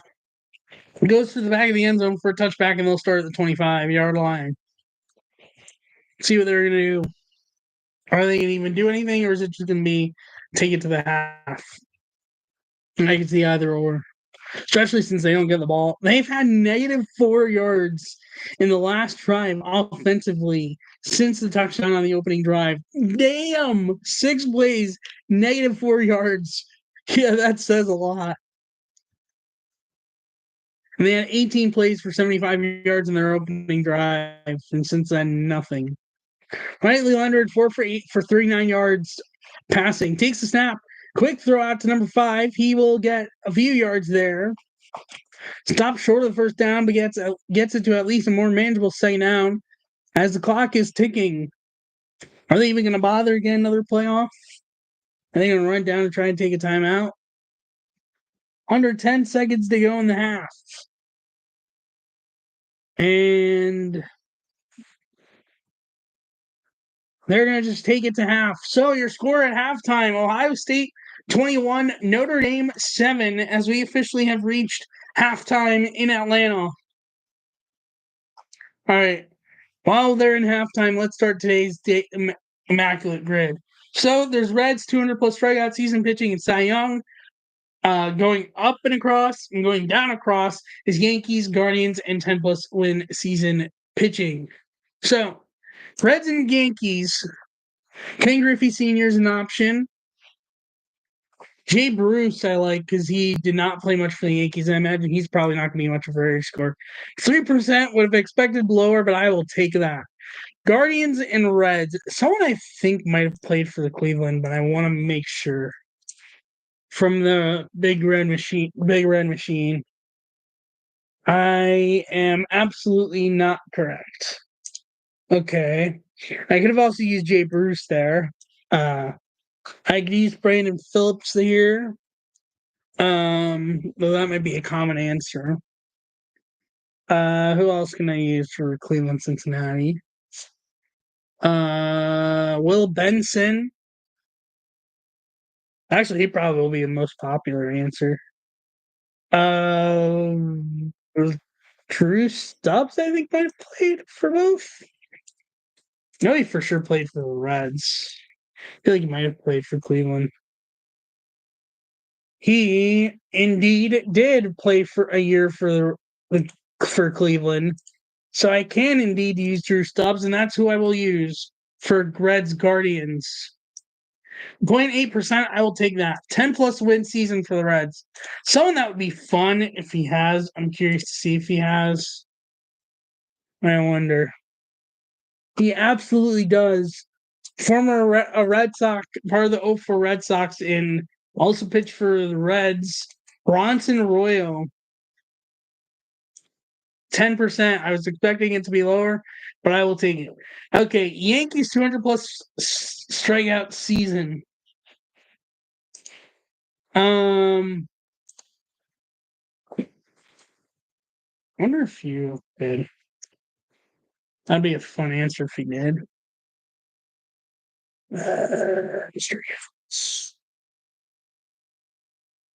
Nope.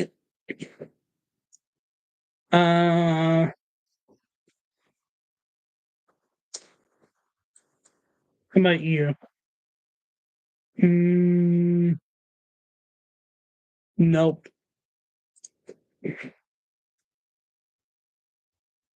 How about you?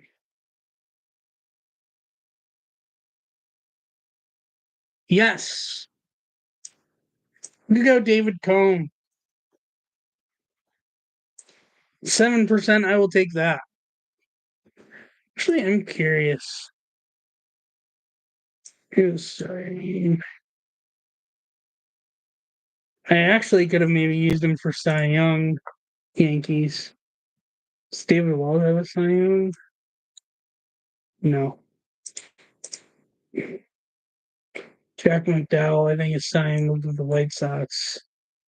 Yeah. Okay, 200 plus strikeout season, Cleveland. Wonder if Cliff Lee would have done it.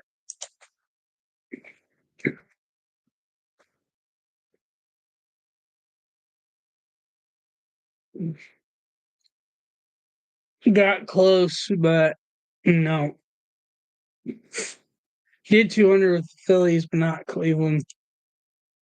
I don't need 200 flat. What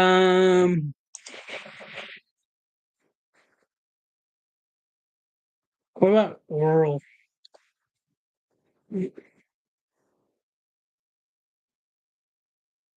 Nope. Closest with the Dodgers in '87. Luis Tiant, knuckleballer, played for both Cleveland and Boston. He did. He's Luis Tiant, knuckleballer. 2%, I will take that. 10 plus win season and 200 plus strikeout. I have a feeling this dude's going to fit here, and if he does, I'm planning on using him. But let's see. I know his Cy Young year for sure at least has the wins. Definitely has the wins, and he has the strikeouts. I'm going to use Cubs' most recent Cy Young Award winner, Jake Arrieta. 0.7%, I will take that. Okay. Yankees Cy Young, Guardians Cy Young, and then 10 plus win season with a Cy Young. Um, did you have enough wins? Yes.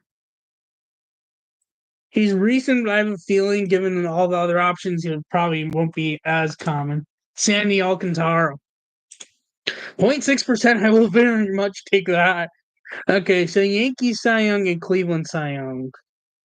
Didn't Cliff Lee win a Cy Young with Cleveland, I feel like? Or am I crazy? He did. He's Cliff Lee. I have a feeling it might be a more common answer, but let's see. 18%. Yeah, something tells me that's gonna be the top answer. Um,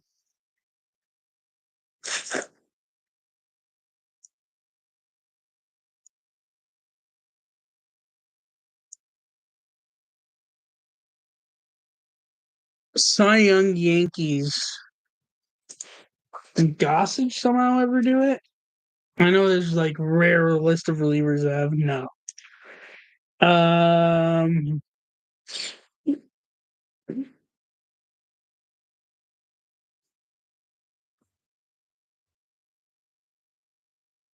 Whitey Ford has. Ron Guidry has. Do I go Ron Guidry or do I go Whitey Ford? Hey Siri, pick a number 1 through 2.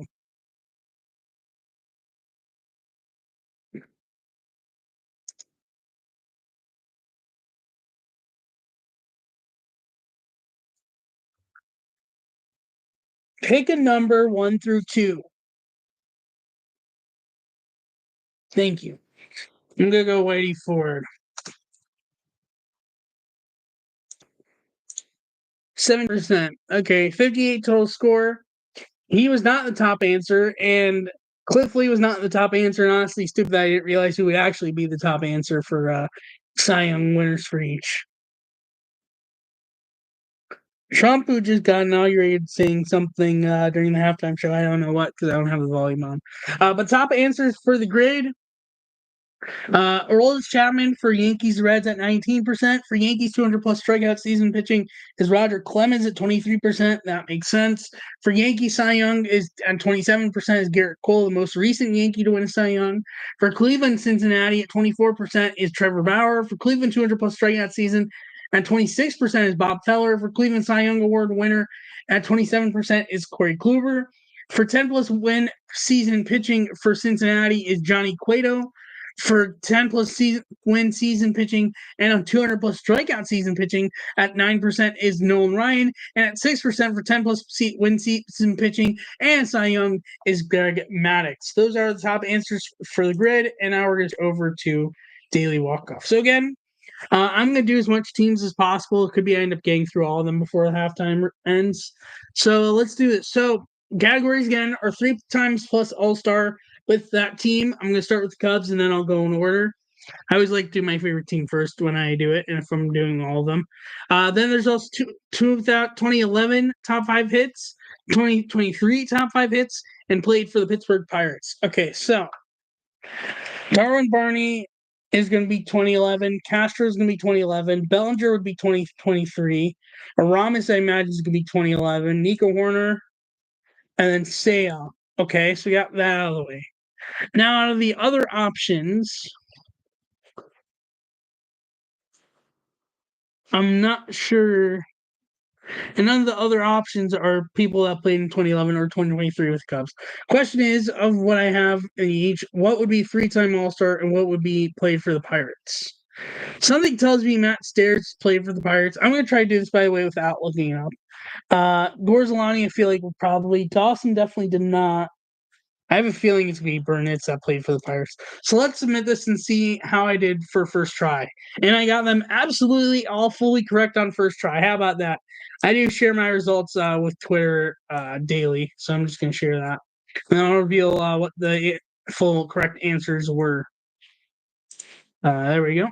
Okay, here we go. So the full answers were for the Cubs, 3-time plus All-Star with the Cubs through 2023, Andre Dawson, Billy Herman, and Bill Nicholson. 2011 top 5 hits, Zorwin Barney, Starlin Castro, and Aramis Ramirez. 2023 top 5 in hits, Cody Bellinger, Nico Horner, Seiya Suzuki, and played for the Pirates, Jeremy Burnett, Matt Stairs, and Tom Gorzolani. Also, Aramis Ramirez also technically played for the Pirates, but he was also part of the 2011 Cubs, so that's why he was not played for the Pirates, but fits for both. Okay, so now let's go in order for Diamondbacks. So it's the same categories, just flip it with the Diamondbacks for the 3-time plus All-Star with, and then, played for, it's still the same team. So 2023, 2011, Goldschmidt would be 2011, Chris Young would be 2011, Justin Upton, I believe, would be 2011, 2023, Perdomo, Tel Marte, and Christian Walker. Randy Johnson definitely was not a Pirate. I think LaRoche might have been. Brandon Webb was not. So this is what I'm going to submit, and let's see how correct these answers are. So I actually got a good amount correct.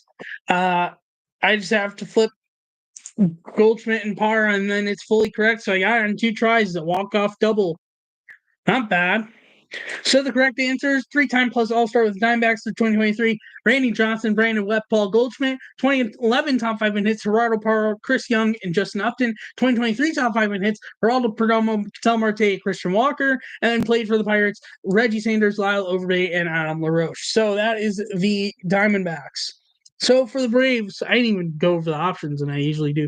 So the Braves options for these categories: Melky Cabrera, Michael Harris, Ozzie Albies, Austin Riley, Paul Maholm, Freddie Freeman, Alex Gonzalez, Dale Murphy, Phil Massey, Brian McCann, Nate McClough, and Ronald Acuna. So 2023 top 5 in hits, Michael Harris is going to be there. Austin Riley should be there. Question is it going to be Ozzie Albies or is it going to be Acuna? It's definitely not going to be Freddie because Freddie was already in Atlanta by then, or LA by then. Just because I have a feeling Acuna is going to be All-Star because I think he's made 3 All-Stars, I'm going to put Ozzie, but I could end up being wrong. 2011, Melky, I don't know if he was there 2011. Brian McCann was definitely 2011. Nate McClough, I'm not sure if he was 2011. Oh, Freeman would actually be 2011, really. I'm going to put McClough for now. Melky Cabrera did play for the Pirates. Dale Murphy, I don't think so. Ronald definitely did not. Let's submit this and see how this goes for first try submission. So, I got a good amount correct. The category I have fully correct is 2023 top 5 in hits. The players I still have to swap: Alex Gonzalez, Nate McClough, and Phil Massey. McClough played for the Pirates, so I imagine he's going to be played for the Pirates. And I have a feeling the question is it Massey for 2011 or Alex Gonzalez? My gut is telling me Alex Gonzalez, so I'm going to say Alex Gonzalez, but I could be wrong. And I'm absolutely correct. So the correct answers for all 3 spots for the Braves: 3-time plus All-Star with the Atlanta Braves, Dale Murphy, Phil Massey, Ronald Acuna Jr. 2011 top 5 in hits, Brian McCann, Alex Gonzalez, Freddie Freeman. 2023 top 5 in hits, Michael Harris, Austin Riley, and Ozzie Albies. And then played for the Pirates, Melky Cabrera, Paul Maholm, and Nate McClough. So that is the Braves. On to the Orioles. So 2011, Matt Wieters, Nate McClough, and Nick Markakis. Adam Jones might actually be there, but I don't know. We'll see. 2023 would be Adley, Gunnar, and Austin Hayes. Jones Machado did not play for the Pirates. Bedard, I'm not sure if he did. Let's submit this and see how this goes. So McClough was not 2011 top 5 in hits. He would be played for the Pirates. Bobby Grich would be 3-time plus All-Star, and Adam Jones would be in top 5 hits for 2011. That is fully correct. So the correct full answers for the Orioles: 3-time plus All-Star with the Orioles, Bobby Grich, Manny Machado, Ken Singleton. 2011 top 5 in hits, Matt Wieters, Adam Jones, Nick Markakis. 2023 top 5 in hits, Adley Rutschman, Austin Hayes, Garner Henderson, and played for the Pirates, Chris Benson, Eric Bedard, and Nate McClough. That is the Orioles. As for the Red Sox, so Ortiz should be 11. Pedroia should be 11. Ellsbury should be 2011. As for 2023, Devers, Casas and Verdugo. Pokey Reese, I believe, did play for the Pirates. Clemens did not. Arroyo, I'm not sure if he did. Jason Bay definitely did. Let's submit this and see how this goes. I am fully correct on first try with the Red Sox. So the correct answers: 3-time plus All-Star with the Red Sox, Frank Malzone, Ted Williams, Roger Clemens, 2011 top 5 in hits, David Ortiz, Dustin Pedroia, Jacoby Ellsbury, 2023 top 5 in hits, Rafael Devers, Tristan Casas, Alex Verdugo, and played for the Pirates, Pokey Reese, Ronson Arroyo, and Jason Bay. Now for the Chicago White Sox. I am also forgetting to go over the options. But then again, you can also see the options. But Nelly Fox, Jose Abreu, AJ Brzezinski, Sherm Lawler, Todd Ritchie, Alexei Ramirez, Andrew Vaughn, Kenny Lofton, Adam LaRoche, Luis Robert, Paul Konerko, Tim Anderson. So 2023 is going to be Robert, Vaughn, and Anderson. 2011, Alexei Ramirez, AJ Brzezinski, and Paul Konerko. Lofton played for the Pirates. LaRoche played for the Pirates. I'm going to guess Lawler, but I could be wrong on that. Let's see how this goes. And of course, it's Lawler that did not play for the Pirates. Todd Ritchie did. But everything else is completely correct. So the correct answers: 3-time plus All-Star with the White Sox, and Nelly Fox, Jose Abreu, Sherm Lawler. 2011 top 5 in hits, Paul Konerko, AJ Brzezinski, and Alexei Ramirez. 2023 top 5 in hits, Andrew Vaughn, Luis Robert, and Tim Anderson. And played for the Pirates, Kenny Lofton, Todd Ritchie, and Adam LaRoche. Now for the Reds. Bucky Walters, Gus Bell, Brandon Phillips, Joey Votto, TJ Friedl, Earl Chapman, Matt McLean, Edinson Volquez, Pookie Reese, Tyler Stevenson, Ramon Hernandez, Bronson Arroyo are my options. So 2011, I imagine Votto's probably going to be more likely to be in 2011 than 2023. Phillips would be 2011. I'm going to say Ramon Hernandez, but I'm not so sure about that. 2023, Matt McLean, Tyler Stevenson, and TJ Friedl. Pokey Reese played for the Pirates. Volquez and Chapman also both played for the Pirates, and so did Bronson Arroyo. I'm going to say Chapman because I have a feeling he was 3-time All-Star with the Reds, but let's see. And I was absolutely correct, and I am completely correct on the grid. So the full answers for Reds: 3-time All-Star with the Reds, Bucky Walters, Gus Bell, Rolls Chapman. 2011 top 5 in hits, Joey Votto, Brandon Phillips, Ramon Hernandez. Top 5 in hits in 2023, Matt McLean, Tyler Stevenson, and TJ Friedl. And played for the Pirates, Edinson Volquez, Pookie Reese, and Bronson Arroyo. So now we move on to Cleveland. It's still halftime, by the way. So options for Cleveland: Stephen Kwan, Michael Brantley, Brandon Moss, Keltner, Kenny Lofton, Andres Jimenez, Matt Laporta, Lou Pedro, Jose Ramirez, Matt Lawton, Asdrubal Cabrera, and Mel Herter. So for 2011, Asdrubal Cabrera, I believe, was there. I believe Brandon Moss would have been there, and Michael Brantley too. 2023 would be Ramirez, Jimenez, and Kwan. Lofton was a Pirate. I don't believe Boudreaux was. The rest I'm honestly just going to submit as is, and let's see how it goes. I am almost mostly correct, except Brandon Moss was not 2011, so either Matt Laporta or Mel Harder was 2011. Moss, I have a feeling he's going to be played for the Pirates then. I'm going to say Porta is 2011, and Harder would be 3-time plus All-Star with Cleveland. And that is all fully correct. So the full complete answer for Cleveland: Mel Harder, Lou Pedro, Ken Heltner for 3-time plus All-Star with Cleveland. 2011 top 5 in hits, Asdrubal Cabrera, Michael Brantley, Matt Laporta. 2023 top 5 in hits, Stephen Kwan, Andres Jimenez, Jose Ramirez. And played for the Pirates: Matt Lawton, Kenny Lofton, and Brandon Moss. The Colorado Rockies, by the way, for the top, when it's top blank and hits, you do not have to have them be in order. It can be any order, but just that they were in that category.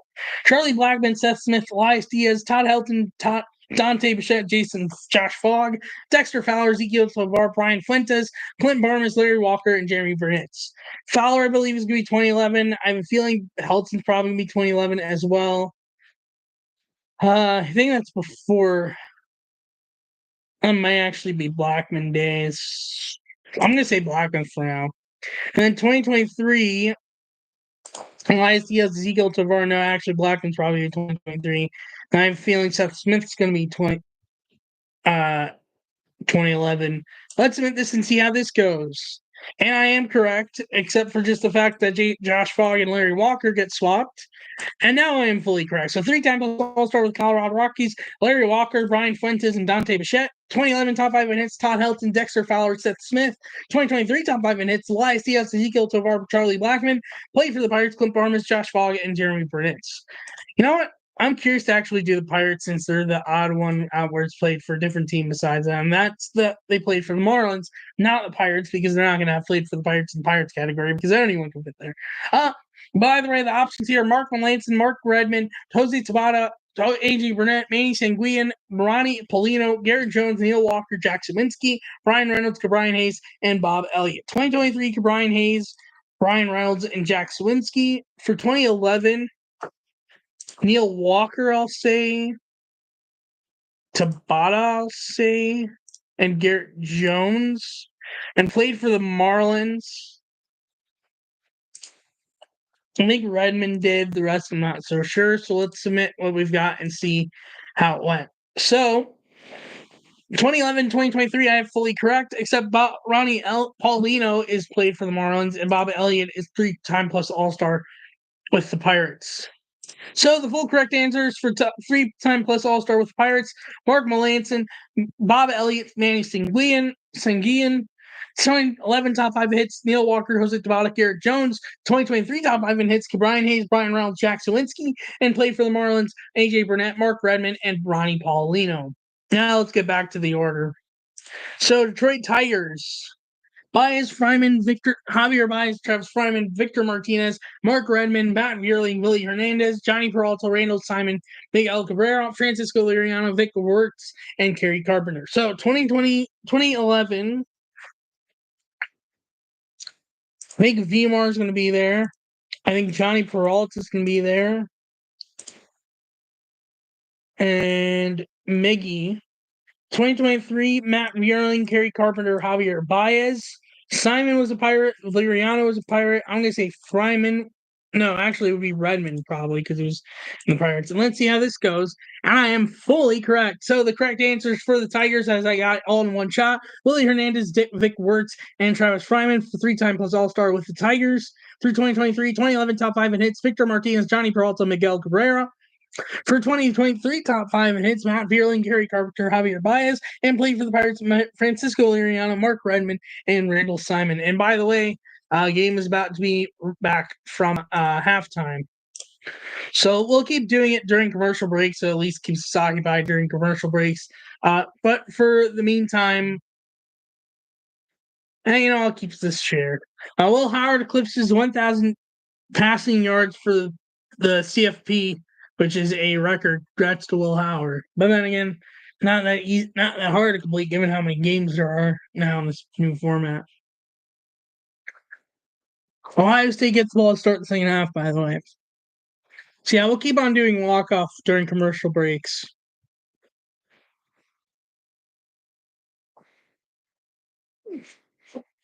21-7 Ohio State at the moment. Oh, we've got some people that have voted in the poll. Thank you for those who voted. Only one vote, and the one vote is for Ohio State. Thank you to that person who voted. I very much do appreciate it. I like that. Like to see people getting involved in the polls. And if you are here and you want to comment something in the live chat, please feel free to ask me anything or say anything in the chat as well. And feel free to get involved in the poll as well. Second half is about to kick off.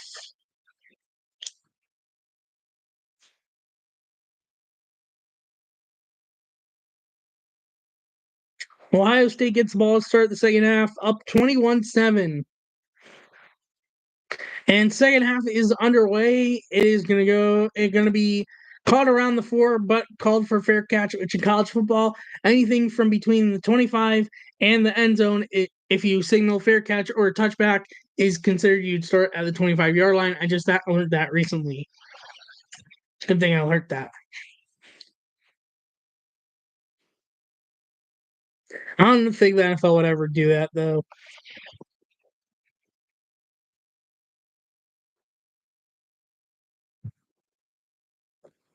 So 1st and 10 for Ohio State, starting from their own 25-yard line. looking to add to this 2-touchdown lead. Empty backfield for Will Howard. Then Judkins just moved back into the backfield, just as I said that. Scott moving from left to right. 1st and 10, takes the snap, back to throw, looking, throws. It is batted away, incomplete by number 15 of Notre Dame, Moore. And that'll bring up 2nd down and 10. I think was trying to get to Jeremiah Smith there, but Moore got in front of it to bat it away, incomplete.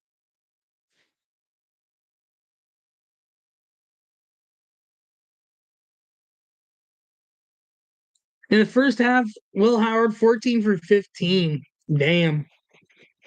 93 completion percentage, highest in any half in CFP history. So 2nd down and 10. I believe, yep, that's Judkins in the backfield. Takes snap, fakes the pitch to Vuko. Judkins with open field. Judkins still going. He might go. One man to beat. No, brought down around the 2-yard line. What a run by Quinshon Judkins, where basically once he found the gap was wide open, and now Ohio State is in territory to score already.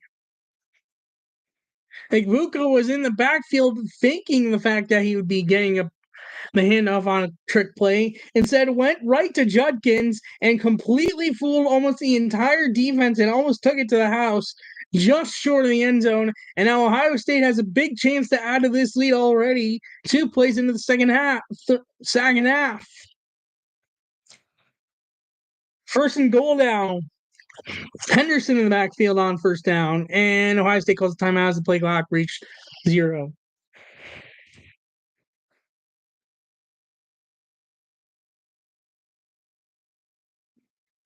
Wow. If Notre Dame doesn't start getting a grip, this game could become a blowout quick.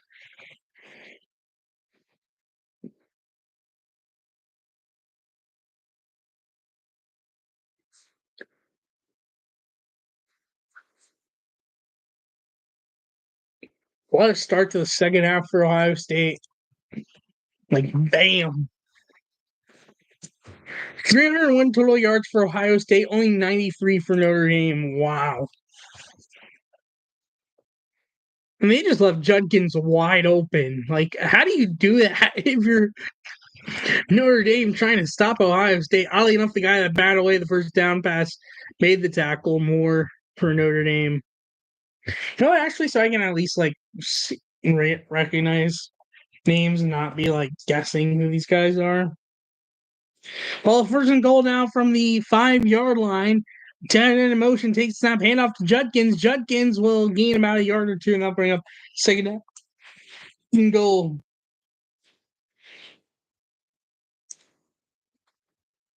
Let's see. I just pulled up their roster so I can at least have an idea of like what these guys are. Leonard Moore is number 15 for Notre Dame, by the way. Who's the other back? Jack. Oh no. Oh, here we go. Jadarian Price is one of their other running backs, 24 junior. Cool. 2nd and goal now from the 4-yard line. Tight end in motion, takes a snap, fakes the handoff to Travion Henderson. Howard keeps it himself and gets it down to the 2 if not 1.5 yard line. It will still be 3rd goal, but it does at least make it more closer 3rd down.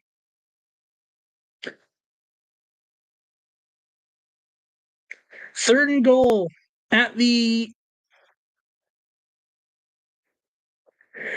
2-yard line. They now have a fullback in the backfield with Quinshon Judkins. Takes the snap, handoff to Judkins. Judkins into the end zone, touchdown Ohio State. And just like that, Ohio State adds the lead with 12:46 left in the 3rd quarter. It is now 27-7 Ohio State. Wow. And Notre Dame's got to start to be thinking, uh-oh, we're in trouble. 5 plays, 75 yards, 2:14 drive time. And already Ohio State now makes it a 3-touchdown lead. Notre Dame came back, I think, pretty sure it was Notre Dame that came back from a 2-touchdown lead, but they were not down 3 touchdowns against Penn State. Extra point from Jaden Fielding is Good snap, good hold, kick is up and good, and it is 28-7 Ohio State. Let's see, who is it that was down like a couple of scores? Uh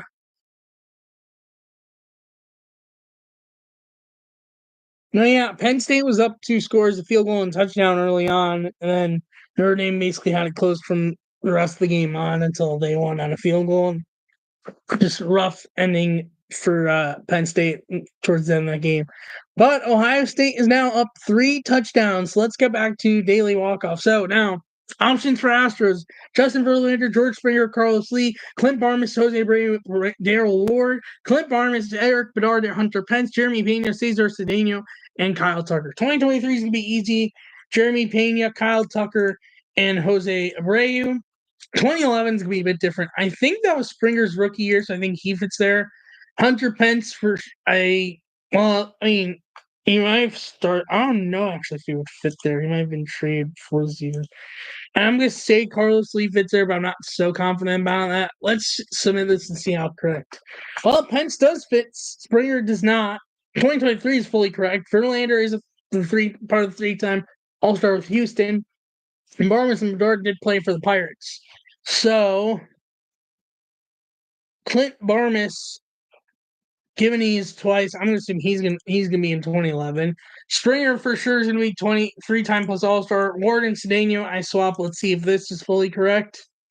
Yep, there we go. 2 tries, a walk off double.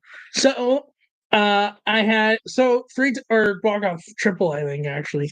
So correct answers: 3-time plus All Star with Houston, Justin Verlander, George Springer, Cesar Cedeno. 2011 top 5 in hits: Clip Barnes, Hunter Pence, Carlos Lee. 2023 top 5 in hits: Jeremy Pena, Kyle Tucker, Jose Abreu, and played for the Pirates: Clint Barnes, Daryl Ward, and Eric Bedard. Which is interesting. Pence fits here because he finished season in 2011 season with the Phillies. But I mean, if he fits, he fits. I'm not going to complain. So for the Royals, the options are Salvi, Anderson Volkens, Matt Stairs, Daryl Porter, Michael Garcia, Eric Hosmer, MJ Melendez, Brandon Moss, Frank White, Alex Gordon, Bobby Witt Jr., and Melky Cabrera. So Alex Gordon, I believe, is going to fit for 2011. I have a feeling Melky probably does. And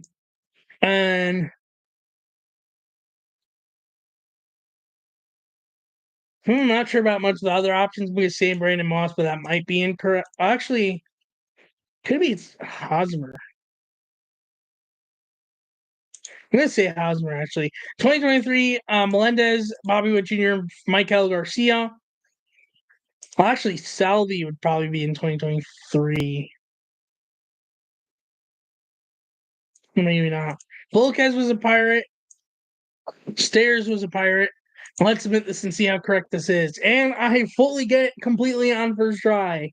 Walk-off homer. So, Sal, 3-time All-Star with the Royals as is back from commercial break. I could go right back to commercial break after the kickoff. 3-time All-Star with the Royals, Salvador Perez, Daryl Porter, Frank White.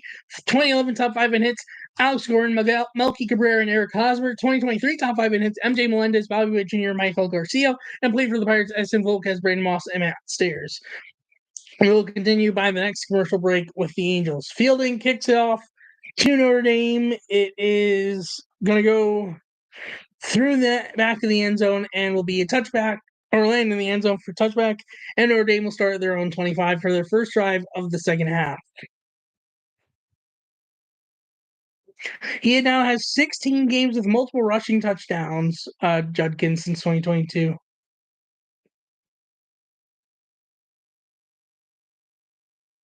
First and 10 for Ohio State. Or not Ohio State, Notre Dame.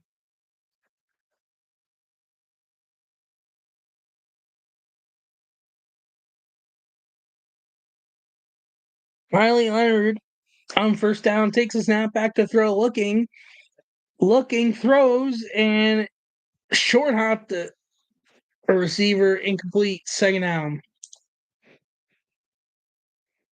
Gene Greathouse was the target there, but it short hopped. It wasn't even close to him, second down. So second down 10, still from the 25. Leonard takes a snap, handoff to Julian Love, who gains maybe a yard or two. I mean, he ended up getting tackled behind the line, but he with 4 progress to at least get a yard or two. That's going to be third down and long still either way. Third down and 8, only a gain of 2. Things are not going in favor of Notre Dame since that first drive. They've had no first down since their opening drive, which is a crazy stat on its own. Will that get broken here? One way to find out. Third and 8 from their own 27. Yeah.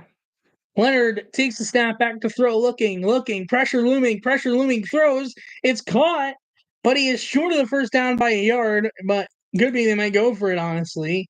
That was caught by Jordan Faison, but short of the first down by a yard, and now bring up 4th and 1, and decision time for Marcus Freeman. And it seems like they're going to punt. 4th and 2, actually. They're going to punt it. Interesting. Unless this is a fake, which they've been doing some fakes recently. So this could be a fake, maybe. I'd watch out for a fake if I'm Ohio State. And I think they're set up as if maybe there's a fake here. And they are going to fake it. Tries to get a pass off, and it's incomplete. It completely backfired. Ohio State was ready for them to fake it, and it completely flopped. Their punter, James Rendell, tried to get a pass off, and the receiver could not hold on, and it's a turnover on downs, and Ohio State's in territory to make this a 4-score game. They tried a fake, and it did not work at all. Try to get to number 6, Jordan Faison, who had the completion to make it a 4th and short, and completely backfired. Denzel Burke on the coverage. Didn't even have to do much because he couldn't hold on. That's the last thing Notre Dame needed. And now Ohio State has the ball around their own 30, around the Notre Dame 33-yard line with a chance to add more to this lead. 1st and 10, Henderson moving out of the backfield, out, then comes back to get the handoff, and we'll get a few yards on 1st down, bring up 2nd down. Short of the 1st down by a lot, but got a few yards there and bring up 2nd down. This game might become a blowout pretty quick if Notre Dame doesn't start getting in the game, get their head in the game. Gain of 4 on 1st down, bring up 2nd down and 6.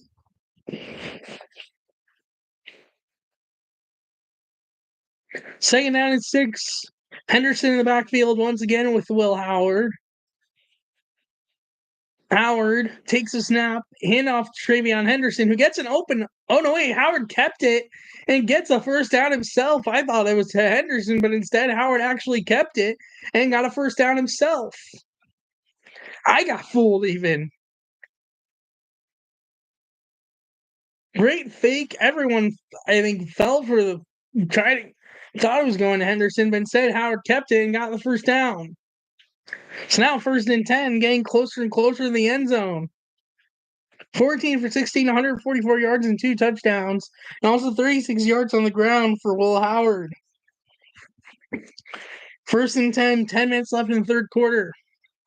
Play clock winding down. You gotta get the snap off. Takes a snap. Fakes handoff to Henderson. This time stiff arms the defender, but that defender brought him down after a short gain, and that will bring up 2nd down.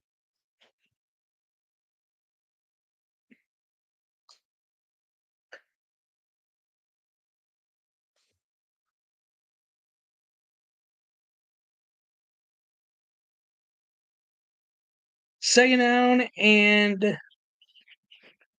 in the CFP red zone offense for Ohio State, 2nd down 7, 11 drives, 9 touchdowns, and 1 field goal so far in the CFP this year. Takes a snap.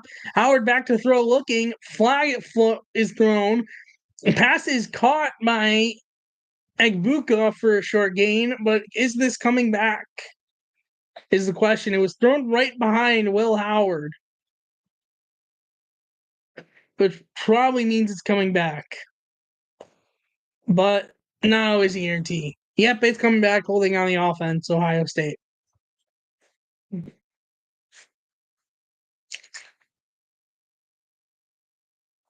Let's see. Oh, yeah. I mean, he was playing it. a hand right in that neck area. Yeah, you're not getting away with that in college football. Yeah, that's holding. Good call.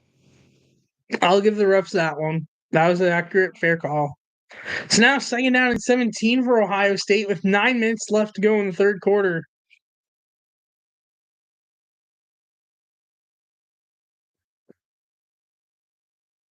Howard under center with Henderson in the backfield takes a snap, handoff to Travion Henderson, who will gain not much there and will bring up third down and 16 or 15. He need at least a yard, maybe two. And it's going to bring up third down long. Third down 16, he only gained one.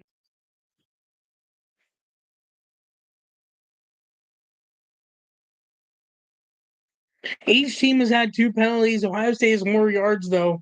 20 compared to Notre Dame's 15. Third down and 16.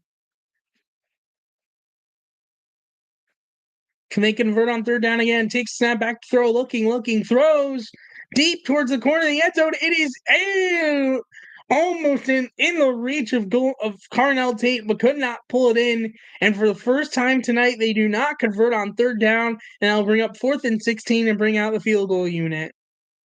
He had Carnell Tate wide open, and if he caught that, that's an easy touchdown, but just not fully in the reach of Carnell Tate, and it's incomplete.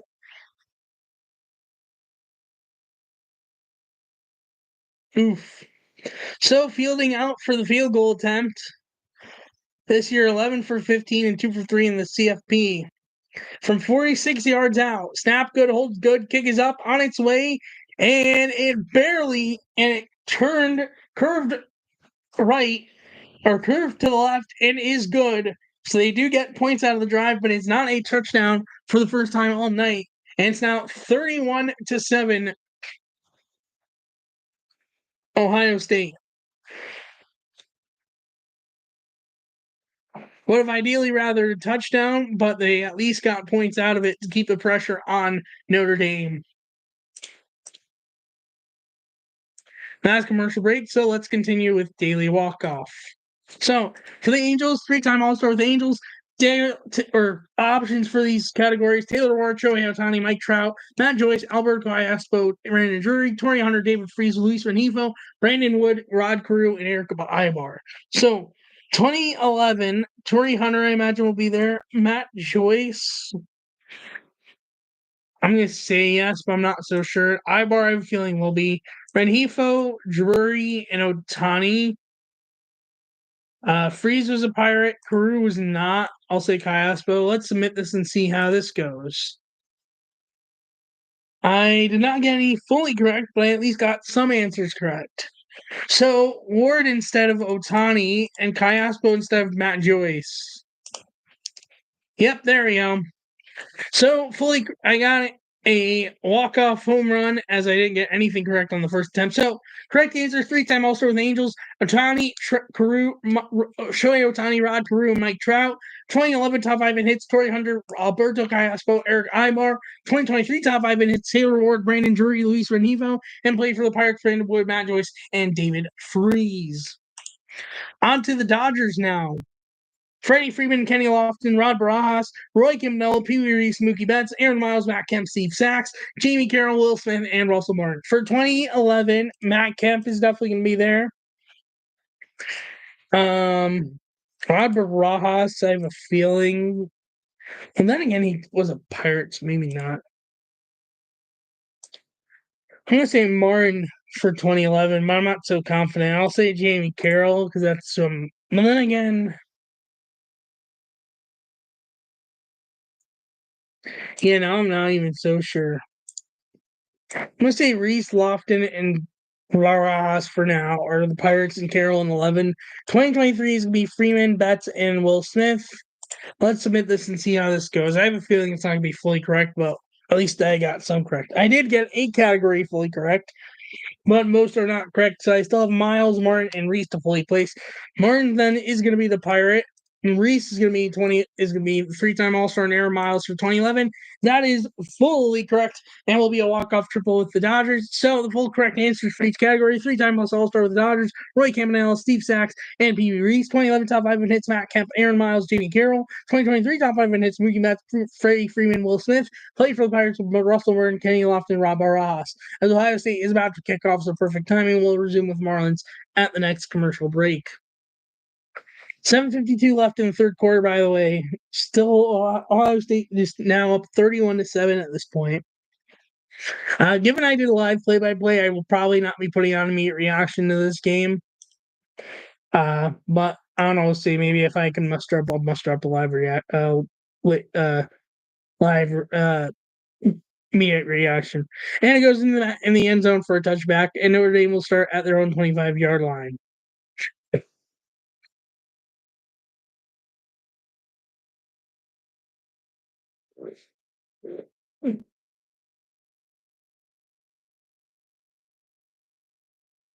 So 1st and 10 for Notre Dame. They haven't even gotten a first down since their opening drive. Nothing has gone right since that opening drive. Everything's just going Ohio State's way since that opening drive.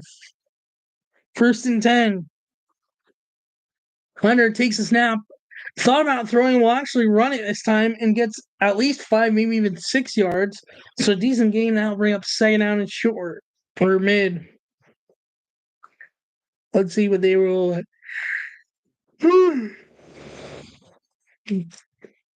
They mark it as a gain of 12 yards and 12 plays, 31 yards for Notre Dame since their first drive. 5-yard gain. So second down, 5, regular with an empty backfield. Takes a snap, quick throw out to 10, who gets Notre Dame their first down since the opening drive. That was Chris Mitchell on the play with the catch, and that gives Notre Dame their first down since their opening drive, which is a statement in its own as to how much Ohio State is dominating this game. 1st and 10 now at their own 36-yard line. Empty backfield once again for Notre Dame. Then 24 re-enters the backfield. On 1st and 10, takes the snap, back to throw, looking, pressure looming, escaping, throws. It's caught by 5, who I think is either 1 yard short or just got the first down. 24 again, once again, Jadarian Price. Number 5, just short of the first down, and I'll bring up second down and short. Number 5, by the way, is Beaux Collins, Beaux. Oh, no, they did give him the first down. So 1st and 10 now from their own 46-yard line. Takes a snap, handoff to Price, and he will get a yard or so. Jadarian Price with getting the handoff. I got like a yard, maybe 2. And I'll bring up second now.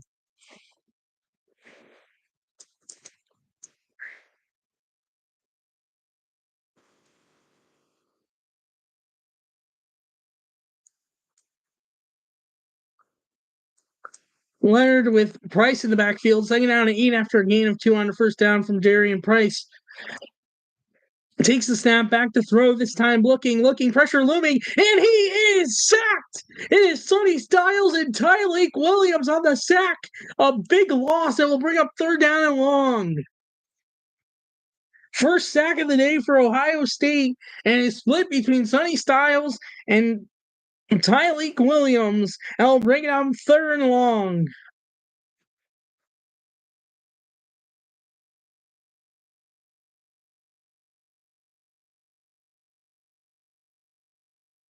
Third and 19 now from their own 37-yard line. Empty backfield on 3rd down.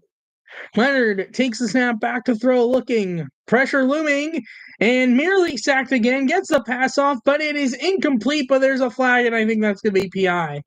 Try to get it to 88, and I think it's going to be PI in Ohio State and give them the first down. Mitchell Evans, they tried to get it to, and indeed it's pass interference on Ohio State, and that'll give Notre Dame a first down.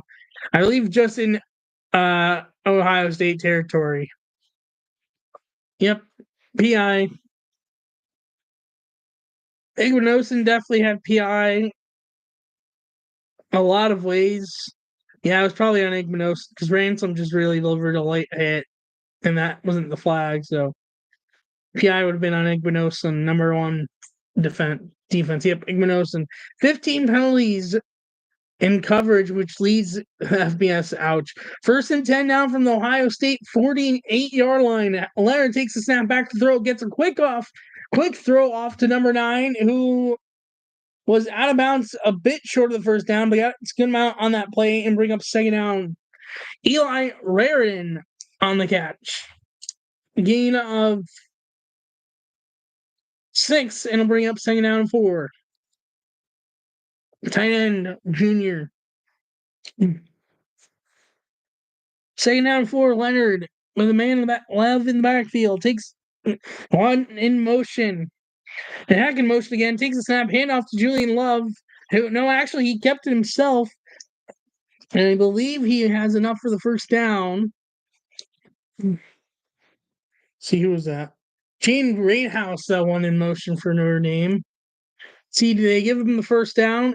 No, 1 yard short. Third down and 1 as we are under 4 minutes left in the third quarter. Ohio State still up 31-27. Ohio State 321 total yards to Notre Dame's 122. What a gap. Third down and 1. Leonard takes a snap, direct snap, keeps it himself, and gets the first down to around the 34-yard line. Ransom on the tackle, but he gets enough for the first down and keeps the drive alive for Notre Dame.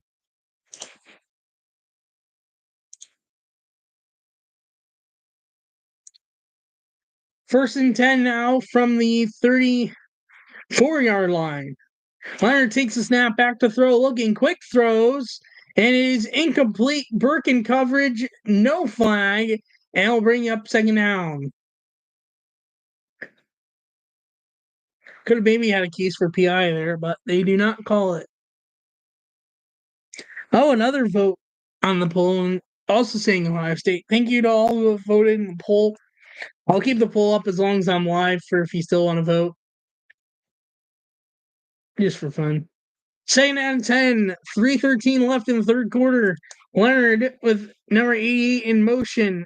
Takes a snap back to throw, looking, pressure looming. Throws, it is caught by Gina White, Greathouse, who's pretty much wide open and in the end zone. Touchdown Notre Dame, their first point since the opening drive of the game. And Notre Dame gets themselves on the board with some more points. It's now 31-13. They still have a long way to go to make a comeback.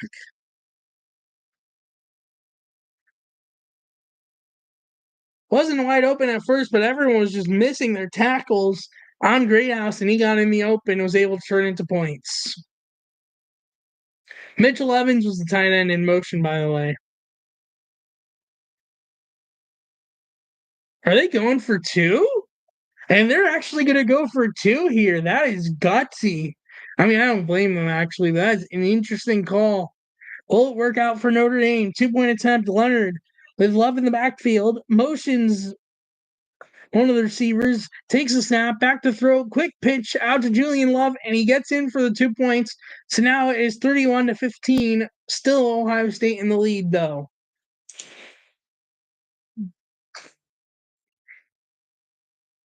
But 3:03 left in the third quarter. And seems like we're going to go to commercial break, so let's switch back to daily walk-off. Let me just make sure it's going to commercial break before I go back to walk-off. And yep. Okay, so Garrett Jones, Gabby Sanchez, Jorge Soler, John Birdie, A.G. Burnett, Omar Infante, Luis Castillo, Ronnie Polino, Miguel Cabrera, Logan Morrison, Mike Lowell, and Jesus Sanchez. So Sanchez, Birdie, and Soler, I imagine, are going to be the 2023 top hits. Infante, I'll say Morrison and Gabby Sanchez for 2011 top hits, and let's see how the rest goes. See how I did. 2011, 2023 top hits are correct. Just the 3-time All-Star and played for the Pirates. I have to swap. And now, fully correct, and I get a walk-off double. So the correct answers for the Marlins: three-time All-Star with the Marlins, Mike Lowell, Luis Castillo, Miguel Cabrera. 2011 top 5 in hits: Gabby Sanchez, Logan Morrison, Omar Infante. 2023 top 5 in hits: Jesus Sanchez, John Birdie, Dolores Soler. And played for the Pirates: AJ Burnett, Garrett Jones, and Ronnie Paulino. So now, for the Milwaukee Brewers: Josh Hader, Casey McGahee, Owen Miller, Ryan Braun, Don Money, Ramos Ramirez, Unieski, Bencourt, Rice Turang, Lyle Overbay, Jason Kendall, Prince Fielder, Christian Yelich. Braun, Fielder, and I'm going to say Bethencourt for top hits in 2011. 2023, Yelich, Turang, and Owen Miller. Hader, Kendall also played for the Pirates. Let's honestly submit this and see how this goes. So Braun is not 2011 top 5 in hits. I'm assuming that's going to be Casey McGahee. Overbay and Money I would swap with three-time All-Star and Pirates. And now everything else is fully correct, and I get a walk-off triple. So the correct answers for the Milwaukee Brewers: top three-time All-Star with the Brewers, Josh Hader, Ryan Braun, Don Money. 2011 top 5 in hits: Casey McGahee, Prince Fielder, and Unieski Bettencourt. Top 5 in hits for 2023: Christian Yelich, Bryce Turang, Owen Miller, and played for the Pirates: Jason Kendall, Lyle Overbay, and Ramos Ramirez. For the Minnesota Twins, we are still in commercial break on the Notre Dame Ohio State game. Jonathan Solano, Ryan Domet, Jason Kubel, Carlos Correa, Francisco Liriano, Eduardo Julian, Kevin Correa, Joe Mauer, Kirby Puckett, Chuck Knobloch, Ben Revere, Danny Valencia. 2011, I'm going to say Valencia, Mauer, and Kubel. 2023, Correa, Solano, and Julian. And let's submit this and see how this goes. Mauer's not top 5 in hits in 2011. I'm going to swap him for Revere. Doman at Pirate, Liriano Pirate. And now it is fully correct. So the top correct answers for the Twins, which I got a walk-off triple: Chuck Knobloch, Joe Mauer, Kirby Puckett for three-time All-Star with Twins. 2011 top 5 in hits, which it's about to reach end commercial breaks in perfect timing. 2011 top 5 in hits for the Twins: Danny Valencia, Ben Revere, Jason Kubel. 2023 top 5 in hits: Carlos Correa, Donovan Solano, Eduardo Julian. And played for the Pirates: Francisco Liriano, Ryan Domet, and Kevin Correa.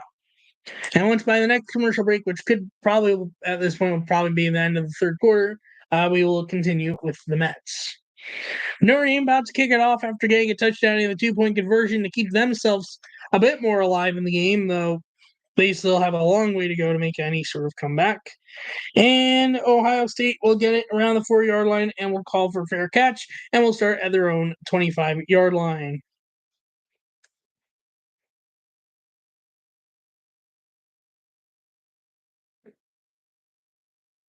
Let's see how Ohio State will, after commercial break, how they will recover after the Notre Dame touchdown.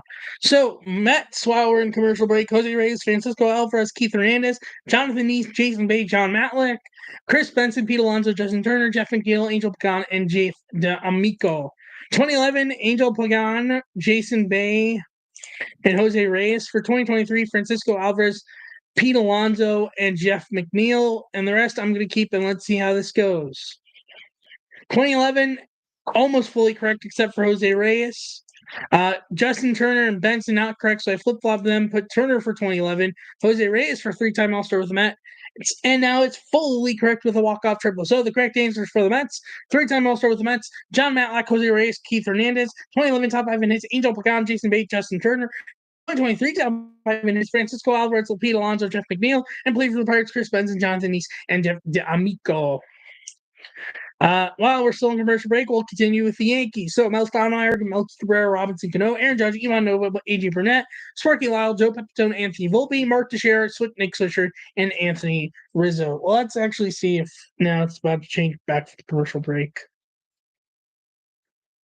And it does not. So let's start with the Yankees. So 2011, Cano should be there. Teixeira should be here. Swisher should be there. 2023, Volpe, Rizzo, and Judge. Melky is going to be a Pirate. Burnett will be a Pirate. And Nova will be a Pirate. And I have a feeling this is going to be fully correct. Walk-off homer with the Yankees. So the correct answers for the Yankees: top three-time All-Star with the Yankees: Mel Stoudemire Sr., Sparky Lyle, Joe Pepitone. 2011 top 5 in hits, Robinson Cano, Mark Teixeira, Nick Swisher. 2023 top 5 in hits, Anthony Rizzo, Aaron Judge, Anthony Volpe. Played for the Pirates, Ivan Nova, A.G. Burnett, and Melky Cabrera. Now for the Oakland A's, Ricky Henderson, Josh Willingham, Buddy Rosar, Shea Langoliers, Esteury Ruiz, Jason Kendall, Frankie Hayes, Ryan Noda, Mark Redmond, Brandon Moss, Decky Matsui, Clef Pennington, and we will do this once by the next commercial break because it's already back from commercial break for the Ohio State Notre Dame game. They're showing Ryan Day hyped up from a lot from the Blaze in this game. Now we're back from commercial break. So first down 10 for Ohio State from their own 25. Let's see how they respond after Notre Dame got a touchdown and the 2-point conversion to make it 31-15. Howard in the backfield with Henderson to his right. Takes a snap, handoff, fakes the handoff to Henderson, back to throw, connects with Emeka Egbuka, gets a good gain to make it a second and short, but short of the first down. Ryan Day has the third best win percentage by a head coach, minimum 50 FBS games in college football history, ahead of, I honestly, none of the names are notable, to my knowledge at least. 2:35 left in the third quarter. Second down 3 is after a gain of 7. Howard with Henderson in the backfield, this time to his left, takes snap, keeps it himself, runs it, and gets it about a yard or a half a yard short of the first down. I'll bring up third down and short for Ohio State.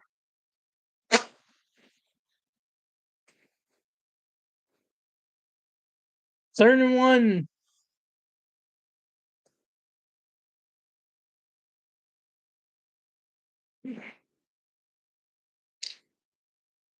Howard keeps it himself and gets the first down to keep the drive alive.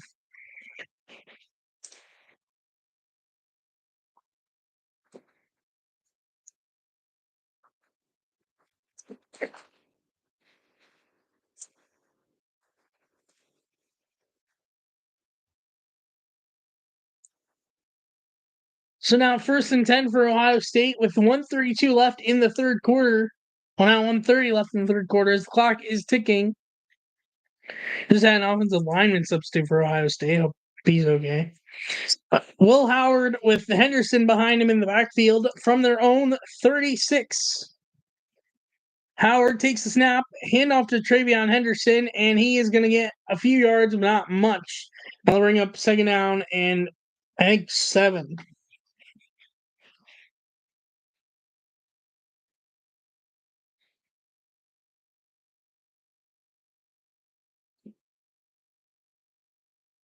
Second down and 8, actually only gained 2. Heck 'em, Rick. Second down and 8. Henderson behind Howard once again. Howard under center this time. Motions Egbuka, takes the snap, takes the handoff to Henderson, back to throw, looking, throws, try to get to Henderson, incomplete. And there is a flag late. Now, the throw wasn't in the vicinity, in the area really of Henderson, but 0 was PI, but it's actually personal foul roughing the passer on Notre Dame, and that's going to give Ohio State the first down. RJ Oben called for personal foul for roughing the passer. Let's see. I mean, he gave him a late push, but I don't know if I'd call that roughing the passer. I don't know about that. Yeah, Ohio State got away with that one. That should not have been roughing the passer. I mean, he hit him late, but it was just like he literally just did this. It wasn't like a boom. It was like a slight, I don't know. First and 10 now for Ohio State, now in Notre Dame territory. At the Notre Dame 47-yard line, takes snap, handoff to Travion Henderson, and he will get a few yards there, and that'll bring up second down along. Yeah, Ohio State, I think, got away with that call there. And that's going to bring us to the fourth quarter. Ohio State, more than likely, yeah. Howard's going to the bench. That's going to take us to the fourth quarter. Your score, Ohio State 31, Notre Dame 15. They will start in Notre Dame territory at the beginning of the third quarter, still up, looking out of this lead, and now 15 minutes away from winning the national championship for the first time since the first year of the 4-team playoff in 2014-15 season.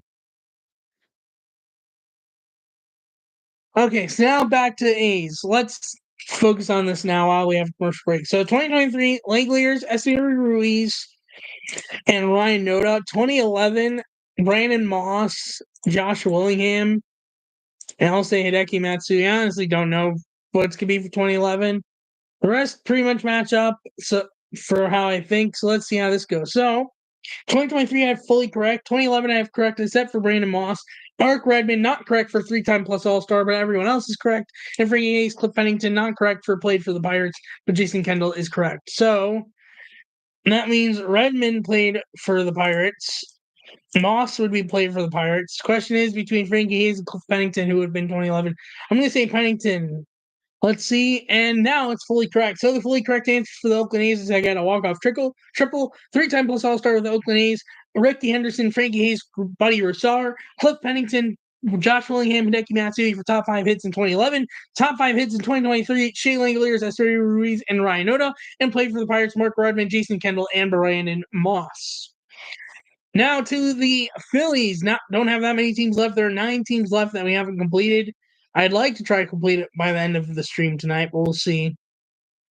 So options for the Phillies: Shane Victorino, Jimmy Rollins, Bryson Stott, Dale Ennis, Abraham Nunez, Kenny Lofton, Alec Bowman, AJ Burnett, P. Rose Sr., Kurt Simmons, Trey Turner, and Placido Polanco. For 2011, Victorino should be there, Rollins should be there, and Polanco. 2023, Bohm, Turner, and Bryson Stott. Burnett was a Pirate. Lofton was a Pirate. I'm not sure about the rest, so let's submit and see how this goes. 2011, 2023, fully correct. Just had Flip Nunez and Simmons for 3-time All-Star with Philly and played for the Pirates. And now fully correct, and I get a walk-off double. So the full correct answers for the Phillies: Dale Ennis, Kurt Simmons, Pete Rose Sr., 3-time All-Star with Phillies. 2011 top 5 in hits: Shane Victorino, Jimmy Rollins, and Placido Polanco. In 2025, top 5 in hits: Bryson Stott, Trey Turner, Alec Bohm, and played for the Pirates: Abraham Nunez, AJ Burnett, and Kenny Lofton.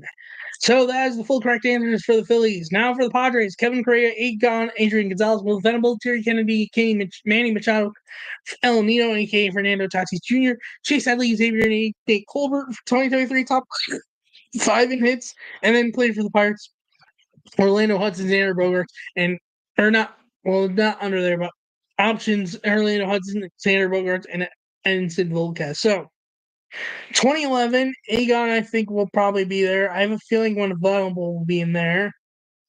I have a feeling it'll probably be Chase Headley. 2023, Tatis, Bogarts, and Machado. Volquez was a Pirate. Navy, I believe, was a Pirate. Honestly, let's submit this and see how this goes. So, Egon's not in top 5 hits for 2011. Kevin Correa and Orlando Hudson are my options. I have a feeling Hudson's going to be the one 2011 hits, but it could be Correa. Let's see. Nope, it is Hudson. Now I am fully correct. So now so the correct answer for the Padres: 3-time plus All-Star with the Padres, which games back from commercial breaks. Perfect timing. Adrian Gonzalez, Terry Kennedy, Nate Colbert. 2011 top 5 in hits: Orlando Hudson, Will Venable, Chase Headley.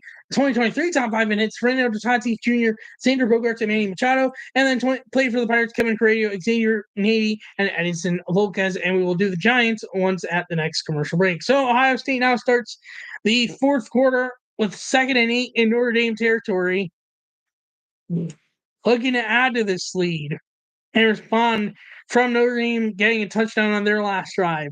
2nd and 8 with Travion Henderson in the backfield, though he just moved out of the backfield and into the wide receiver's position, though just motions back, takes that, fakes a handoff to Henderson, pitches out to Egbuka, and Egbuka gets a first down and more, still going, still on his feet, and gets down around the 12, but he fumbled, and it's recovered by Notre Dame.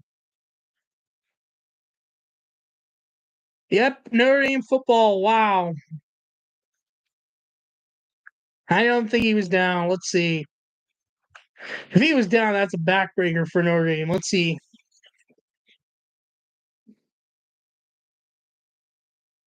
Was he down? No. Actually close. 27 recovered it for Notre Dame. 34. No, he wasn't down. 34 punched it out. 27 recovered it. 27 is Kingston Villamu Asa, and 34 would be Drake Bowen. I mean, that's close, actually. Let's see. I think it just came out before his knee was down, so I think it's going to be Notre Dame football. They are reviewing it. I think the call is going to stand. If it stands, what a break for Notre Dame. Let's see. Headset is off. Let's see what they're going to say.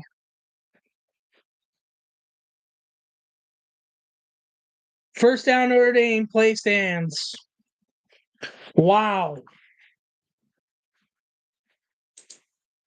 So now Notre Dame has the football back on a fumble from Mika Buka. They lead the FBS in takeaways this year. That was their 33rd. So now first down and 10 from their own 21 for Notre Dame. 88 in motion. Now another different wide receiver in motion. He gets the handoff from Leonard, and he is tackled for not much of a gain by Caleb Downs. Now bring up second down in 9.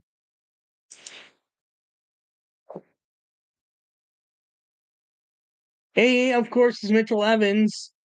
6 was the guy who was in motion and came around to not get much. And 6 would be Jordan Fazer. Takes the snap on second down 9. Back to throw. Looking, escaping, looking.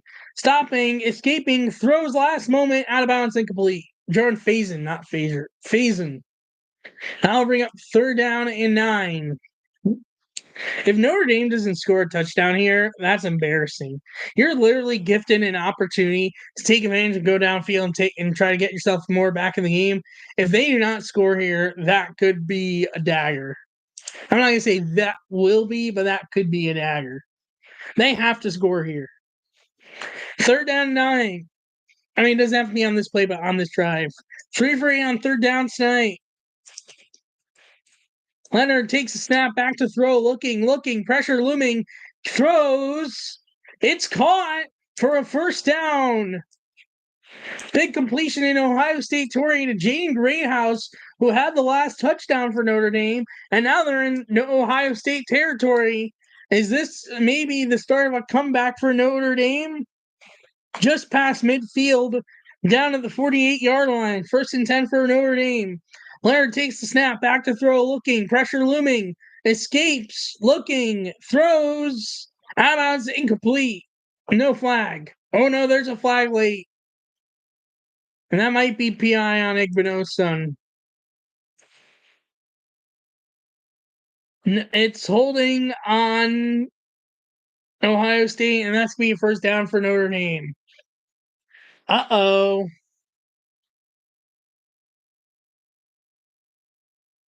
Yeah, he held him. Also, back to the football is never going to give you is never a good thing. But yeah, he held him. So now first and 10, now at the 38-yard line. Takes the snap, back to throw, looking, pressure looming, quick throw, caught, but brought down way behind the line of scrimmage, and they're going to lose a whole bunch of yards. Trying to kick it out to number 2, and it completely backfired, losing yards there.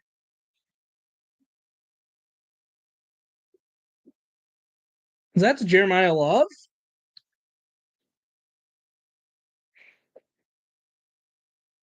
Huh. Second down and 14 now. 13 minutes left in the final quarter of this game, and potentially the final quarter of the season, barring overtime. Number 9 in motion. Takes the snap, keeps it himself, runs it, and will get a few yards brought down, not after much of a gain. Eli Raridan, the one in motion. He's about a yard or two, and that's still going to bring up third down and long for Notre Dame. And that loss definitely puts them out of field goal range. At 38, you might have been in field goal range.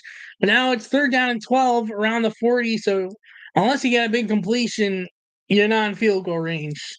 Let's see what happens here. 3rd down and 12. Leonard. And man, the backfield just went out. Jordan 5 takes a snap back to throw, looking, throws. It's caught, but he's shoved out of bounds short of the 1st down, and it'll be 4th down. Got a little bit back, but still going to be 4th down long and decision time for Notre Dame.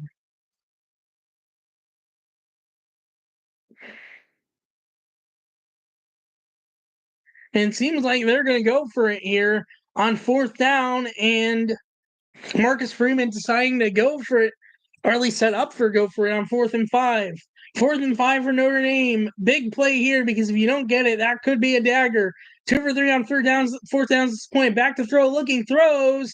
It's caught, and he gets the 1st down.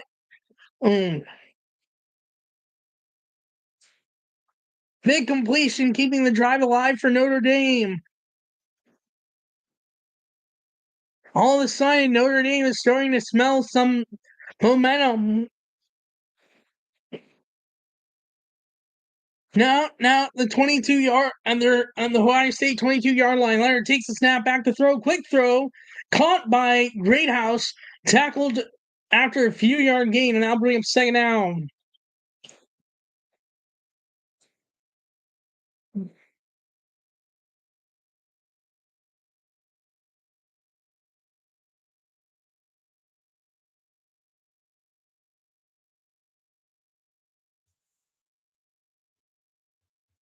Second down and 4 for Notre Dame. Leonard with man in motion. Takes the snap back to throw, looking, pressure looms, throws to the corner of the end zone. It is incomplete, but there is a flag. It might be on Denzel Burke, which would put him in the red zone. Holding, and it is on Ohio State on Burke, and that's going to put him 1st and goal. Uh-oh.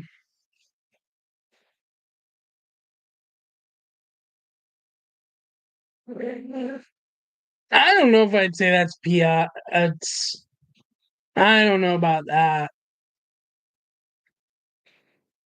I don't know about that. 1st and goal now for Notre Dame.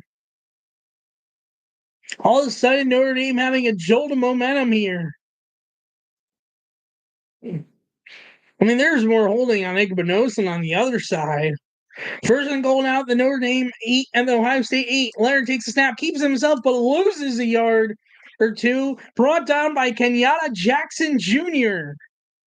And Leonard slow to get up.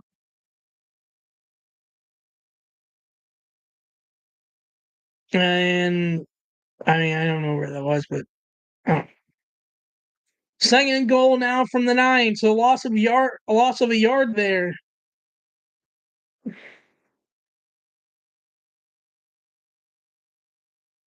Right around here is where they had that fumble recovery for a touchdown that ended up being the dagger against Texas. Can they come up big again? Something similar. Takes the snap, Leonard looking back to throw. Looks towards the end zone. Incomplete. No flag, and that will bring up 3rd down and goal from the 9-yard line. Trying to go to 88 there. And it did not work out. Trying to connect with Mitchell Evans, and that will bring up 3rd down and goal.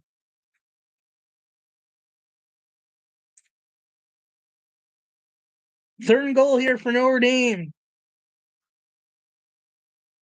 9:38 left in the game, barring overtime. Greathouse in motion. Takes a snap, back to throw, looking, throws.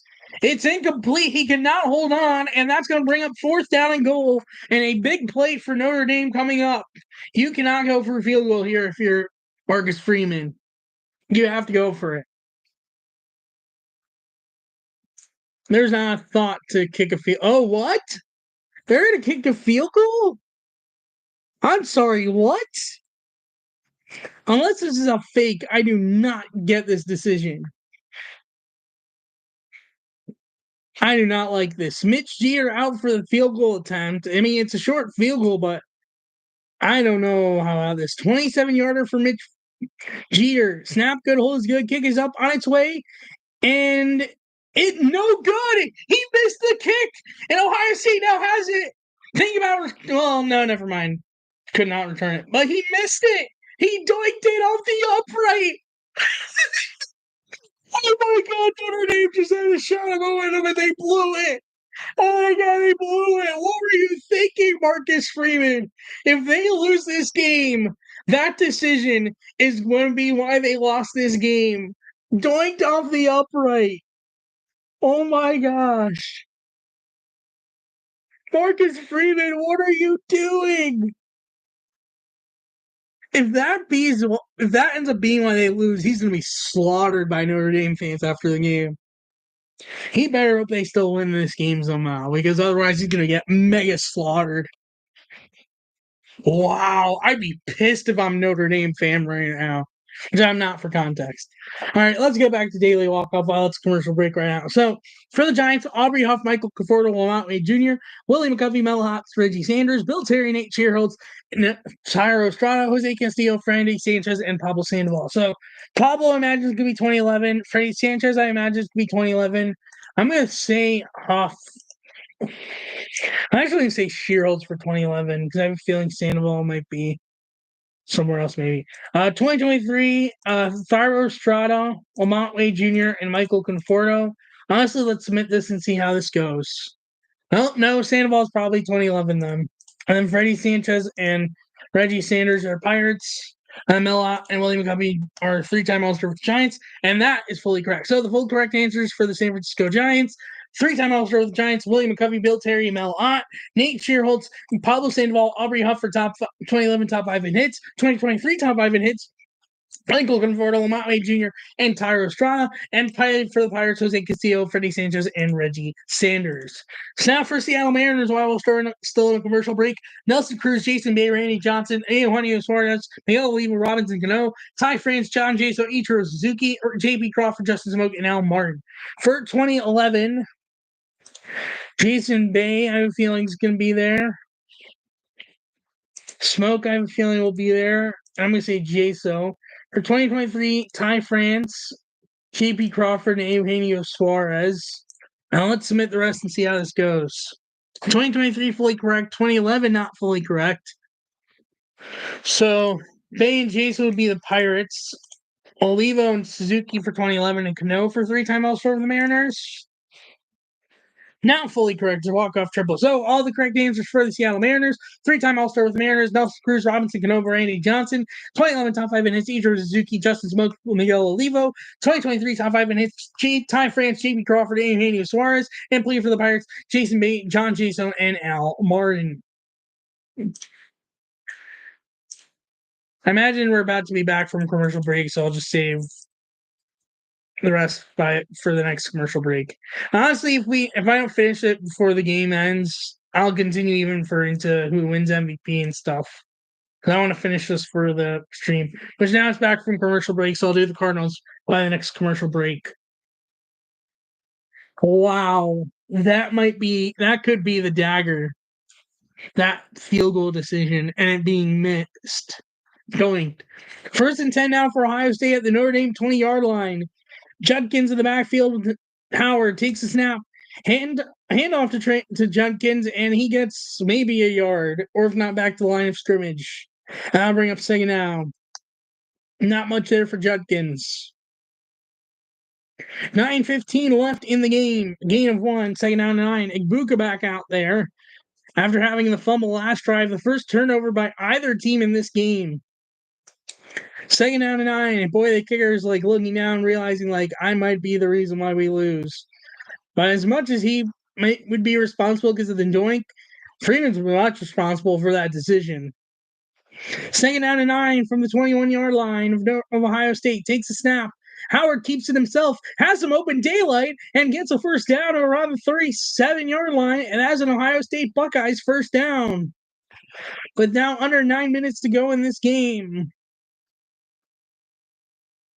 Direct run right away, found an open hole, and took it for the first down.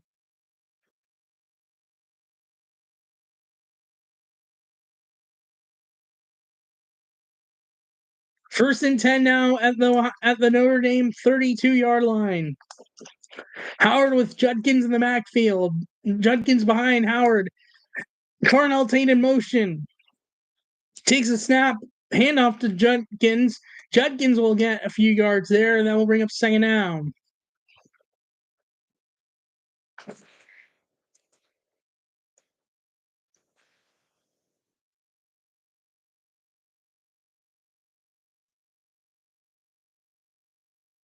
Second down now for Ohio State. 2nd and 7 after a gain of 3 on first down. 7:40, under 8 minutes to go now in this game. Ohio State has 2 timeouts. Notre Dame has all 3 left. Howard with Judkins in the backfield.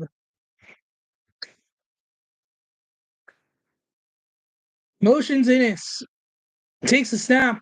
Pitches it out to Judkins, and Judkins will get a few more yards there, make it a more manageable third down. But it's short of the first down, so it'll be a third down. Now, under 7 minutes to go in this game. It'll be third down and 3 on a gain of 4 on second down. Travion Henderson now in the game for Ohio State. Third and 3, under 7 minutes to go in this game. Henderson in the backfield with Will Howard.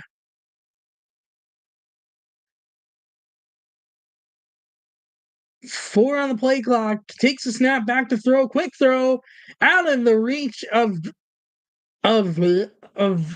Jeremiah Smith. Incomplete, and that'll bring up fourth down.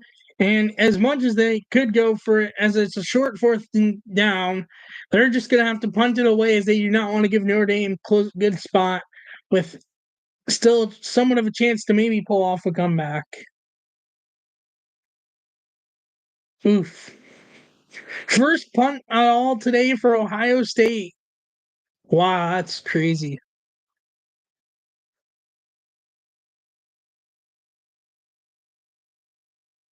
Snap is good. Punt is off.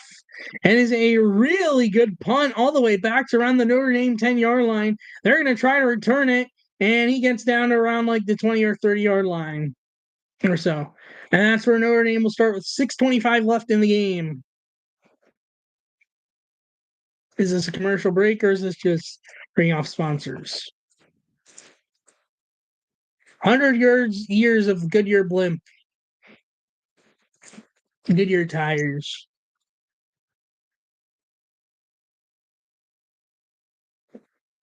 And it is a commercial break. So while it is in commercial break, let's do the Cardinals. So for all my options for the Cardinals, Tommy Edmond, Reggie Sanders, Kip Wells, Albert Pujols, Matt Carpenter, Whitney Kurowski, Frankie Frisch, Paul Goldschmidt, Jordan Walker, Abraham Nunez, John Jay, and Yadier Molina. So for 2011, Albert Pujols, John Jay, and Yadi.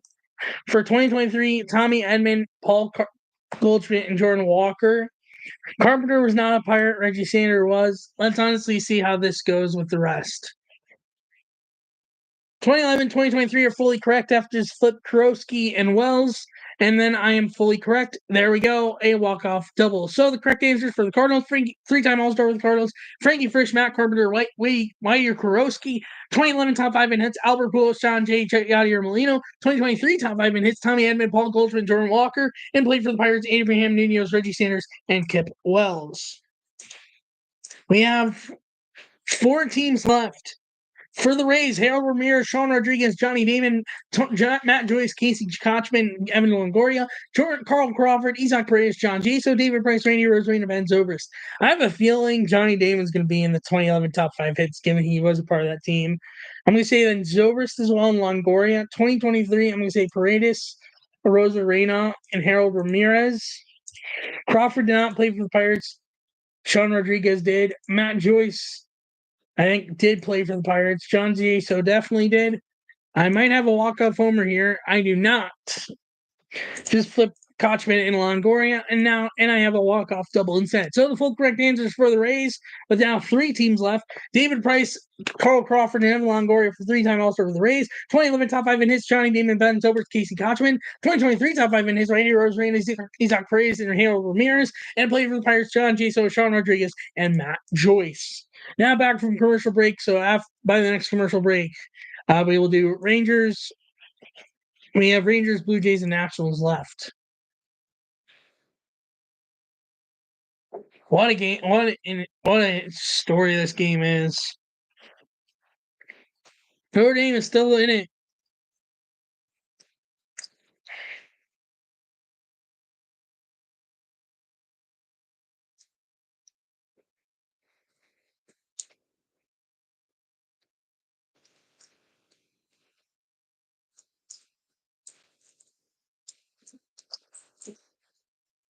But at the end of the day, they got to get a touchdown here. This is not field goal territory. Even Marcus Freeman fell on the doing field goal, realizing like, yeah, that might be the dagger.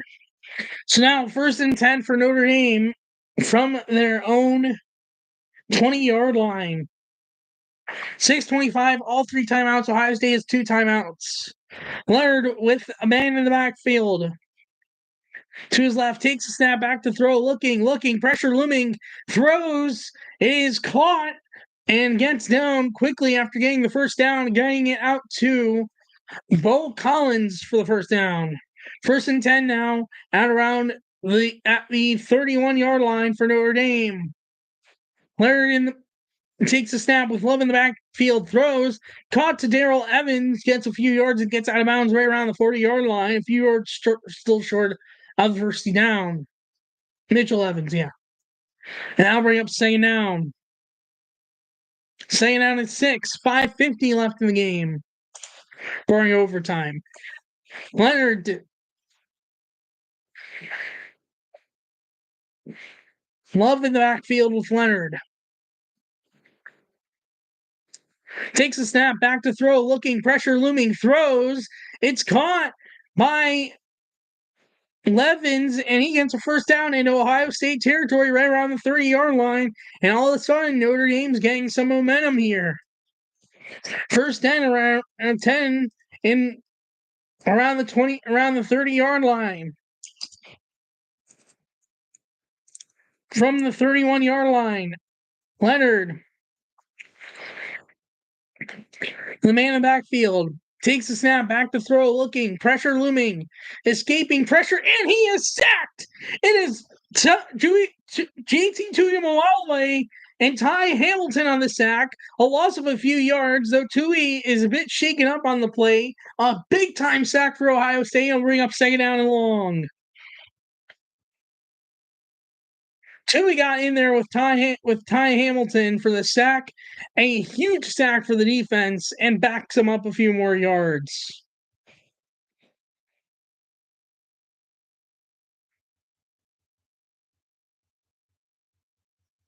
But Tui is down. Loss of 2, 4:40 left, but Tui is down and hurt. I hope he's okay because that's a big player on this defense. Could this be commercial break? Prayers up for Tui. Yep, commercial break. So let's do the Rangers in the meantime. So my options: Nathaniel Lowe, Adolis Garcia, Ramon Vasquez, Julio Franco, Buddy Bell, Ian Kinsler, Kenny Lofton, Elvis Andrews, Adrian Beltre, Corey Seager, Rod Barajas, Frank Howard. So let's get 2023 out of the way. Corey Seager is going to be 23, Lau is going to be 23, and Adolis Garcia is going to be 2023. 2011 is going to be Beltre, Kinsler, and Andrews. Lofton was a Pirate. Franco, I have a feeling, might have been a Pirate.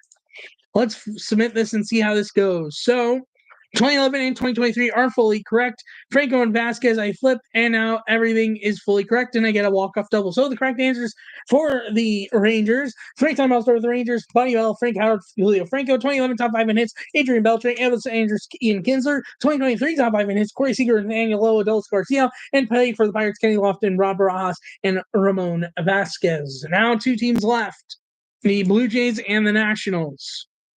Bo Bichette, Matt Steers, Jose Bautista, Melky Cabrera, Roy Halladay, Vlad Jr., George Springer, Roberto Alomar, Vernon Wells, Edwin Encarnacion, Lyle Overbay, and Adam Lind. So 2011, Jose Bautista, I imagine, is going to be here. Edwin, I imagine, is going to be there. I'm going to say Adam Lind. 23, I'm going to say Bo, Vlad, and Springer. Halladay was not a Pirate. Melky was. Overbay was. Wells, I don't think was, but I think Stairs was. Now let's meet this and see how this goes. And I get them all fully correct to walk off homer. So the full correct answers for the Blue Jays, 3 times All-Star with the Blue Jays 2023, Herrera Alomar, Fernan Wells, Roy Halladay, 2011 top 5 in hits, Jose Bautista, Edwin Encarnacion, and Adam Lind, 2023 top 5 in hits, George Springer, Bo Bichette, Vlad Jr., and played for the Pirates, Melky Cabrera, Lyle Overbay, and Matt Stairs. And the last team, the Nationals. Options: Andre Dawson, Joey Meneses, Danny Espinosa, Rusty Staub, Mike Morris, Dominic Smith, C.J. Abrams, Will Cordero, Ryan Zimmerman, Lasting Millage, Adam LaRoche, and Jose Avidro. So this is still in commercial break. Let's try, let's see if we can complete this. So 2011, I have a feeling it's going to be Zimmerman, Morse, and LaRoche. 2023, C.J. Abrams, Joey Meneses, and Dominic Smith. Staub, I don't think was a Pirate. Cordero, honestly, let's submit this and see how this goes. 2023, I have fully correct. The rest I do not. LaRoche is not in 2011. He would be Pirate. And we say Espinosa is 2011 and Vidro's 3-time All-Star. Let's see if that's fully correct. And it is. So I have now completed all the daily walk-ups for every team on here. So now, 2nd and 12 for Notre Dame with 4:44 left from the Ohio State 33-yard line. Chewy out of the game after being injured on the last play. Leonard takes a snap back to throw. Quick throw. Caught by by number 5, but tackled for not much of a gain. And that'll bring up 3rd down and still long. Got it out to Bo Collins, but was not able to gain much. Chewy on the sideline right now with that injury. 3rd down and 9 for Notre Dame with 4:20 left in the fourth quarter. Back to throw. Leonard looks. Throws to the end zone. It is caught by Greathouse, and it is a touchdown for Notre Dame. Notre Dame is not done yet, and they're going to go for 2.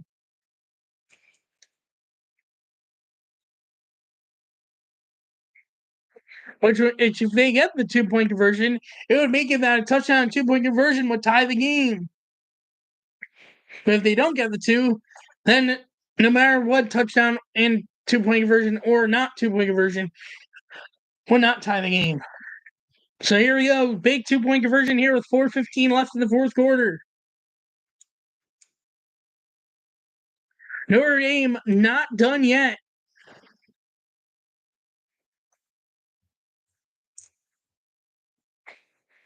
I imagine probably not going to be onside kick territory for Notre Dame, given there's still 4:15 left.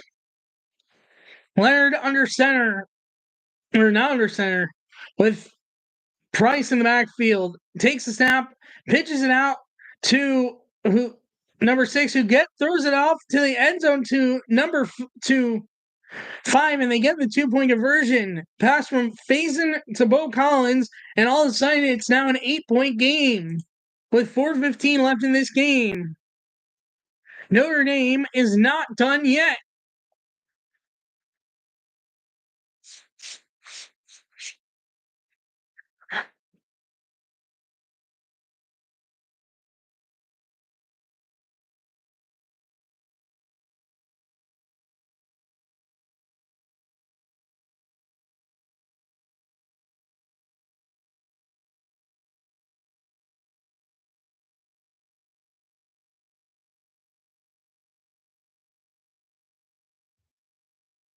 So the correct answers, by the way, for the Nationals, 3-time All-Star with the Nationals through 2023, Andre Dawson, Rusty Staub, Jose Vidro, 2011 top 5 in hits, Ryan Zimmerman, Mike Morse, and Danny Espinosa, C.J. Abrams, Joey Meneses, Dominic Smith for 2023 top 5 in hits, and played for the Pirates, Lasting Millage, Will Cordero, and Adam LaRoche. So now we're done with Daily Walk-Off and Immaculate Grid for today. Start the chat here. Now we are back fully. All of a sudden, Notre Dame still got a chance. This game is not over yet.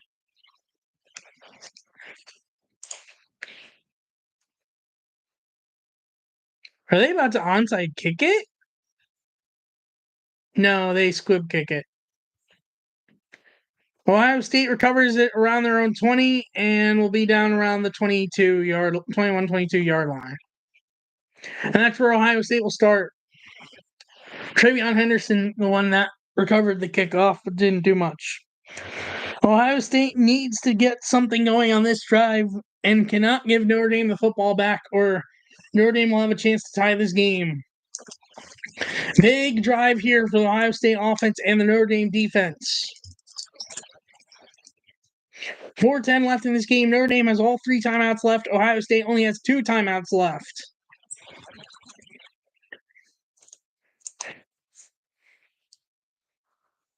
"200 yards for Ohio State in the second half, 148 for Ohio State in the second half, 200 yards total for Notre Dame in the second half. 1st and 10 for Ohio State. Judkins in the backfield. Motions the receiver, takes the snap, handoff to Quinshon Judkins, and Judkins will get a few yards there on first down. Not much, and will bring up second down.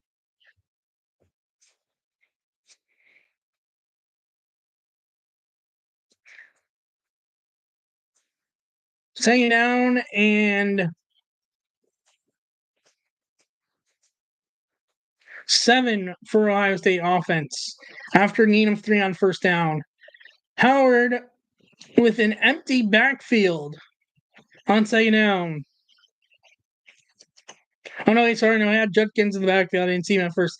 Takes a snap, keeps himself, gets a bit of an opening, still going, gets the first down and more to around the 40-yard line, and as Ohio State Buckeyes first down, a huge run by Will Howard as the clock ticks to near under 3 minutes to go.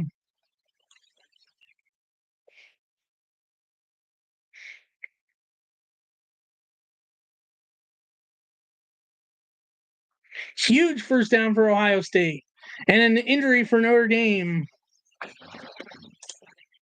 To Jordan Clark, safety. By the way, I'll share with you the Notre Dame roster page I have here. Notre Dame's own website itself. This has like their full roster. Well, I'm not going to share anymore, but just so you see what I was using to track who the players are. 3:17 left. Ohio State has 2 timeouts left. Notre Dame has all 3 left. And now have a new fresh set of downs. And right now that missed field goal and going for that field goal at the moment still looming large, but it might not matter if Notre Dame gets the ball back and could with the potential to tie the game. Could make it not matter as much. 3:05 left in the fourth. 3 minutes left in the fourth quarter now. From the Ohio State 35-yard line. Motions a whole bunch of receivers. 1st and 10. Henderson in the backfield. Takes a snap. Keeps it himself. And stuffed right around the line of scrimmage. It was actually not Henderson. It was a 49, like a fullback or something. And that'll bring up second down. Hopefully got at least back to the line of scrimmage.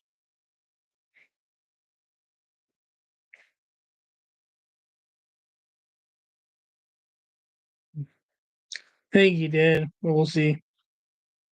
Yep, 2nd and 10.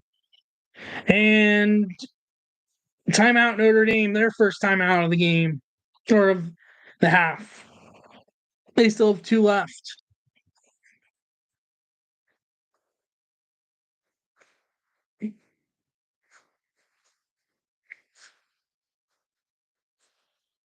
Notre Dame trailing by 24 with 7:52 left in the third is their largest deficit this season. And they still have a chance to complete to at least tie it and force overtime. There's no scenario where even if they score that immediately off the touchdown, they could take the lead, but they could at least tie it if they get the ball back. Question is, will they get the ball back? Now 2:49 left. They had 9 seconds back. Oh boy. As I like to call it, sweaty palm season. 2nd and 9, 2:49 left.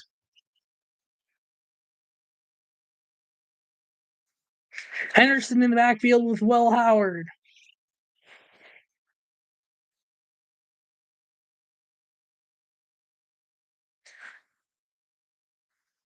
Takes a snap. Keeps it. And I think lost a yard. If not, got back to the line of scrimmage, and that will bring up third down either way. Cannot run it on this down here. Notre Dame takes another timeout with 2:44 left. I don't think you can run it here on third down. I don't even know why they're trying to run it. Need first downs to seal the game. You cannot let Notre Dame get the ball back.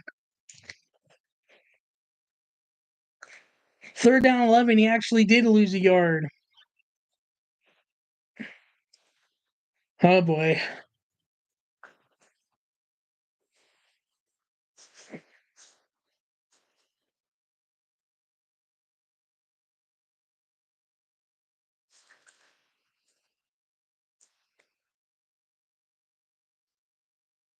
Huge play right here. Third down and 11. 2:45 left.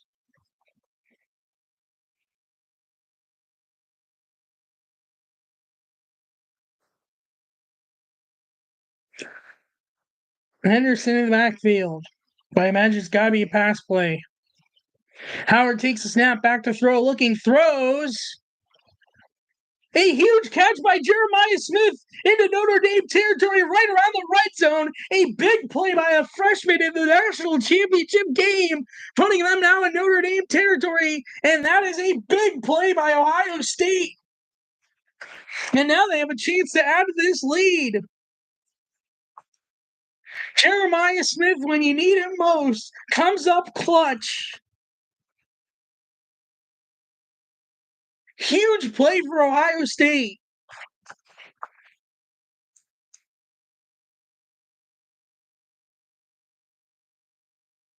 Also, I'm just realizing I think LeBron might have been at the national championship game in 2015. Wouldn't have been there in 2021 because no fans were at that game, I don't think. But now officially the 2-minute warning. Notre Dame fans are now stunned because they were like, we had a chance maybe there. And then they get that mega first down in the red zone. They're like, uh-oh, panic. And they only have one timeout because they used up their two of their timeouts already. Oh, boy. Commercial break, but we'll just wait out the commercial break. Wow. Jeremiah Smith.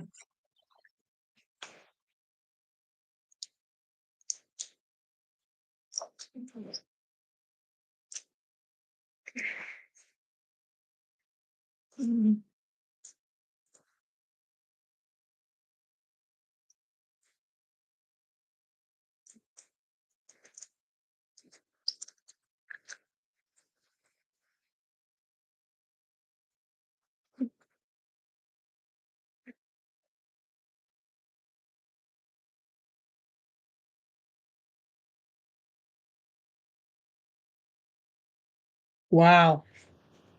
What a game.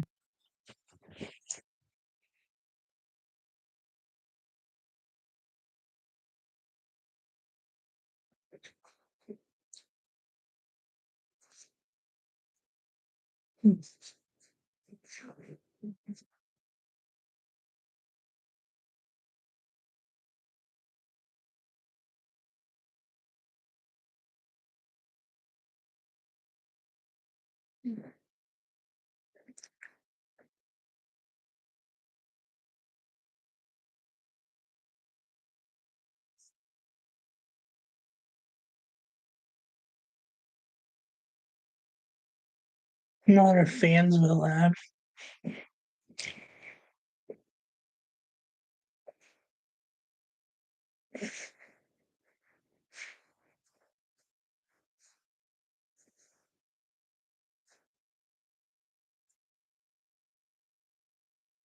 You know what? Actually, while we're on stream here, I'm gonna pull Bruce up closer. We're nearing the end of this game. Got this in Columbus Airport when I was listening to when I flew from Columbus back here after that Cincinnati game. Brutus statue, Ohio State's mascot.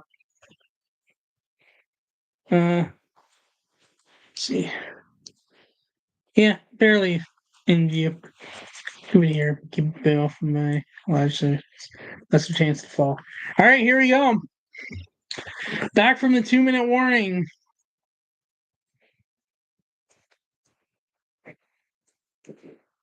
I don't think I'm going to stay on for the trophy ceremony. By the way, I'm just going to cut it once the game ends. I'm going to end the poll at this point.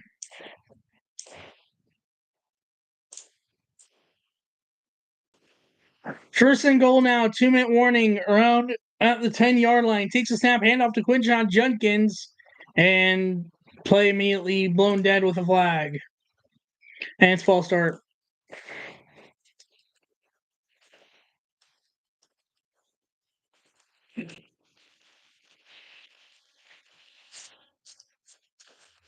So that'll back him up 5 yards and replay first down. So now first and goal from the 15.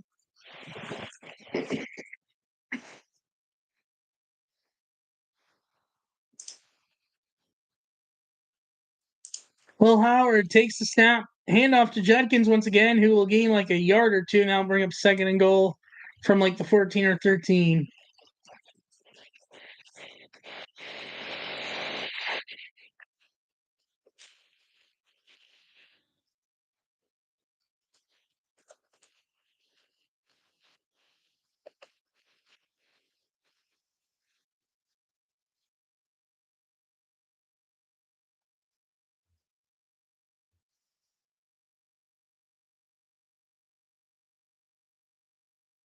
And now that choice to go for a field instead of going for it on fourth and goal for Notre Dame is really looming large. By the way, thanks to everyone who came into the stream today for this game. I appreciate it. And of course, if you like the stream, if you're subscribed to the channel, I very much appreciate it all. And I will be going live again tomorrow, probably more around when they announce who made it into the Hall of Fame. And I hope to put out the vlog tomorrow, or if not, at least on Wednesday. Second and goal from the 14-yard line, a 1-yard gain. Howard under center, Henderson in the backfield. Takes snap, keeps himself on a QB sneak, and gains like a few yards there, but still going to be third down and goal. Now it's really only not that much time has gone off the clock. It's like 1:40 left. That's odd. Oh, Notre Dame took a timeout. So Notre Dame's officially out of timeouts, by the way. So Notre Dame cannot stop the clock.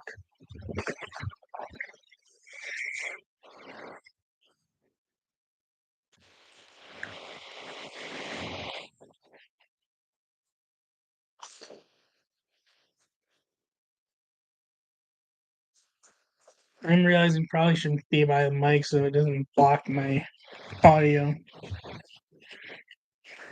And Ohio State takes their second timeout. Down to 1:13 left.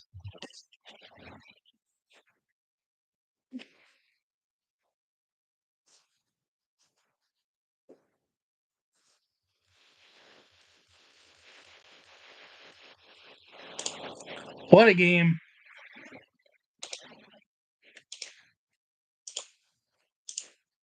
What a game.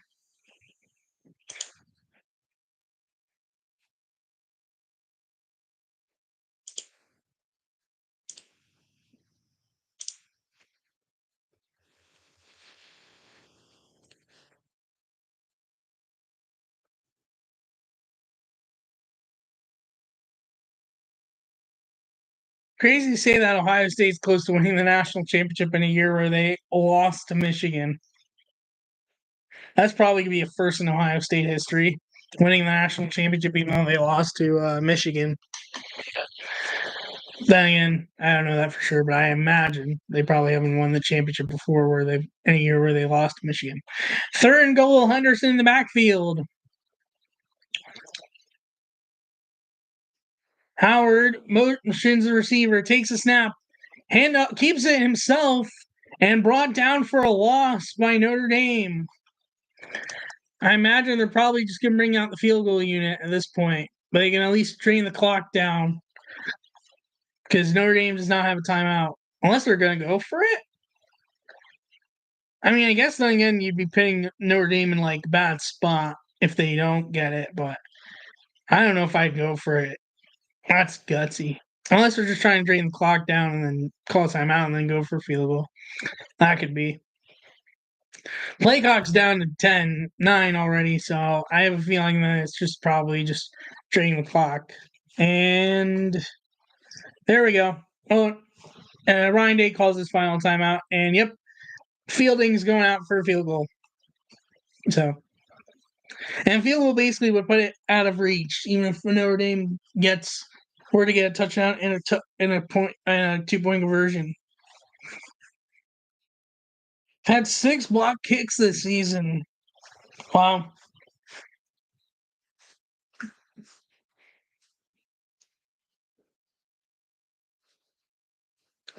Fourth and goal. Field goal to seal the deal. With 29 seconds left, neither team has a timeout. So neither team can stop the clock via timeout. Only if the ball is out of bounds or incomplete. He made a 46-yard field goal earlier.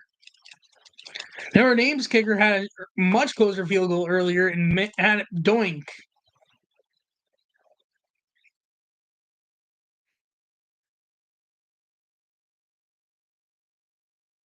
Mitch Jeter from 33 yards, so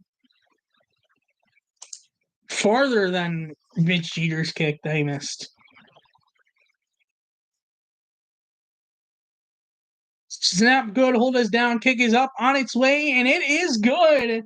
And that will seal the deal. James Fielding with probably the biggest field goal kick in his college football career.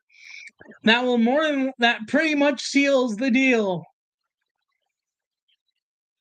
Wow.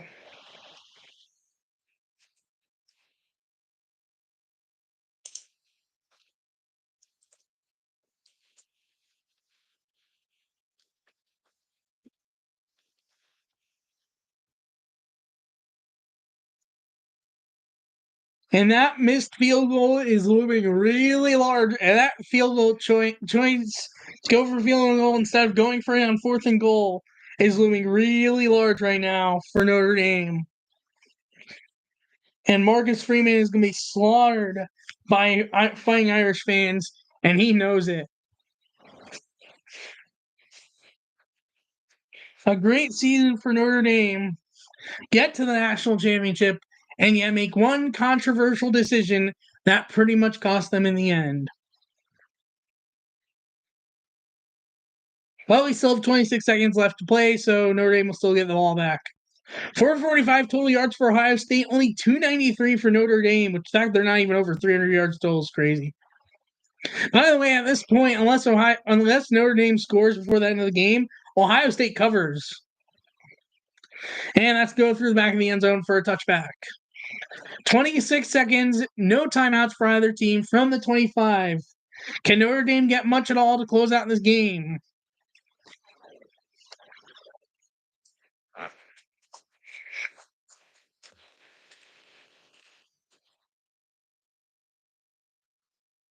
If you want to see the trophy presentation, check out on the games on ESPN. I'm not going to stay on for the trophy presentation MVP award give out.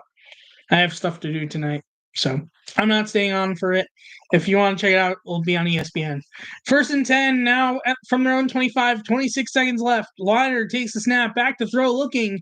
Quick throw, gets it out to Love, but he loses a whole chunk of yards. And the clock is still ticking. Will they even get another snap off?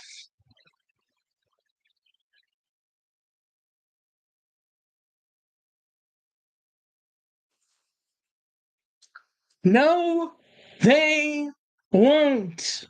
For the first time since the first year, oh, wait, no, they do get a snap off. Gets a pass off. It's completed, but he's tackled down, and for the first time since the first year of the 4-team playoff format, Ohio State is the national champion. Wow. I can't believe it.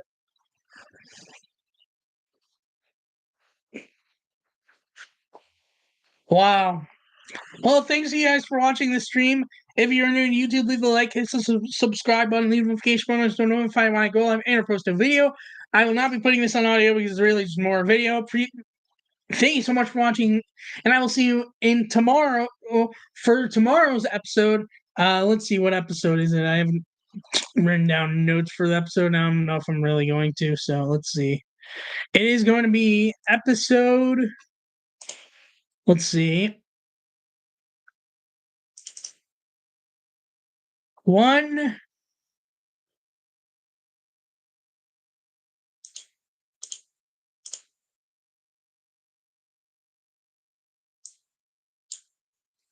156. Bye-bye.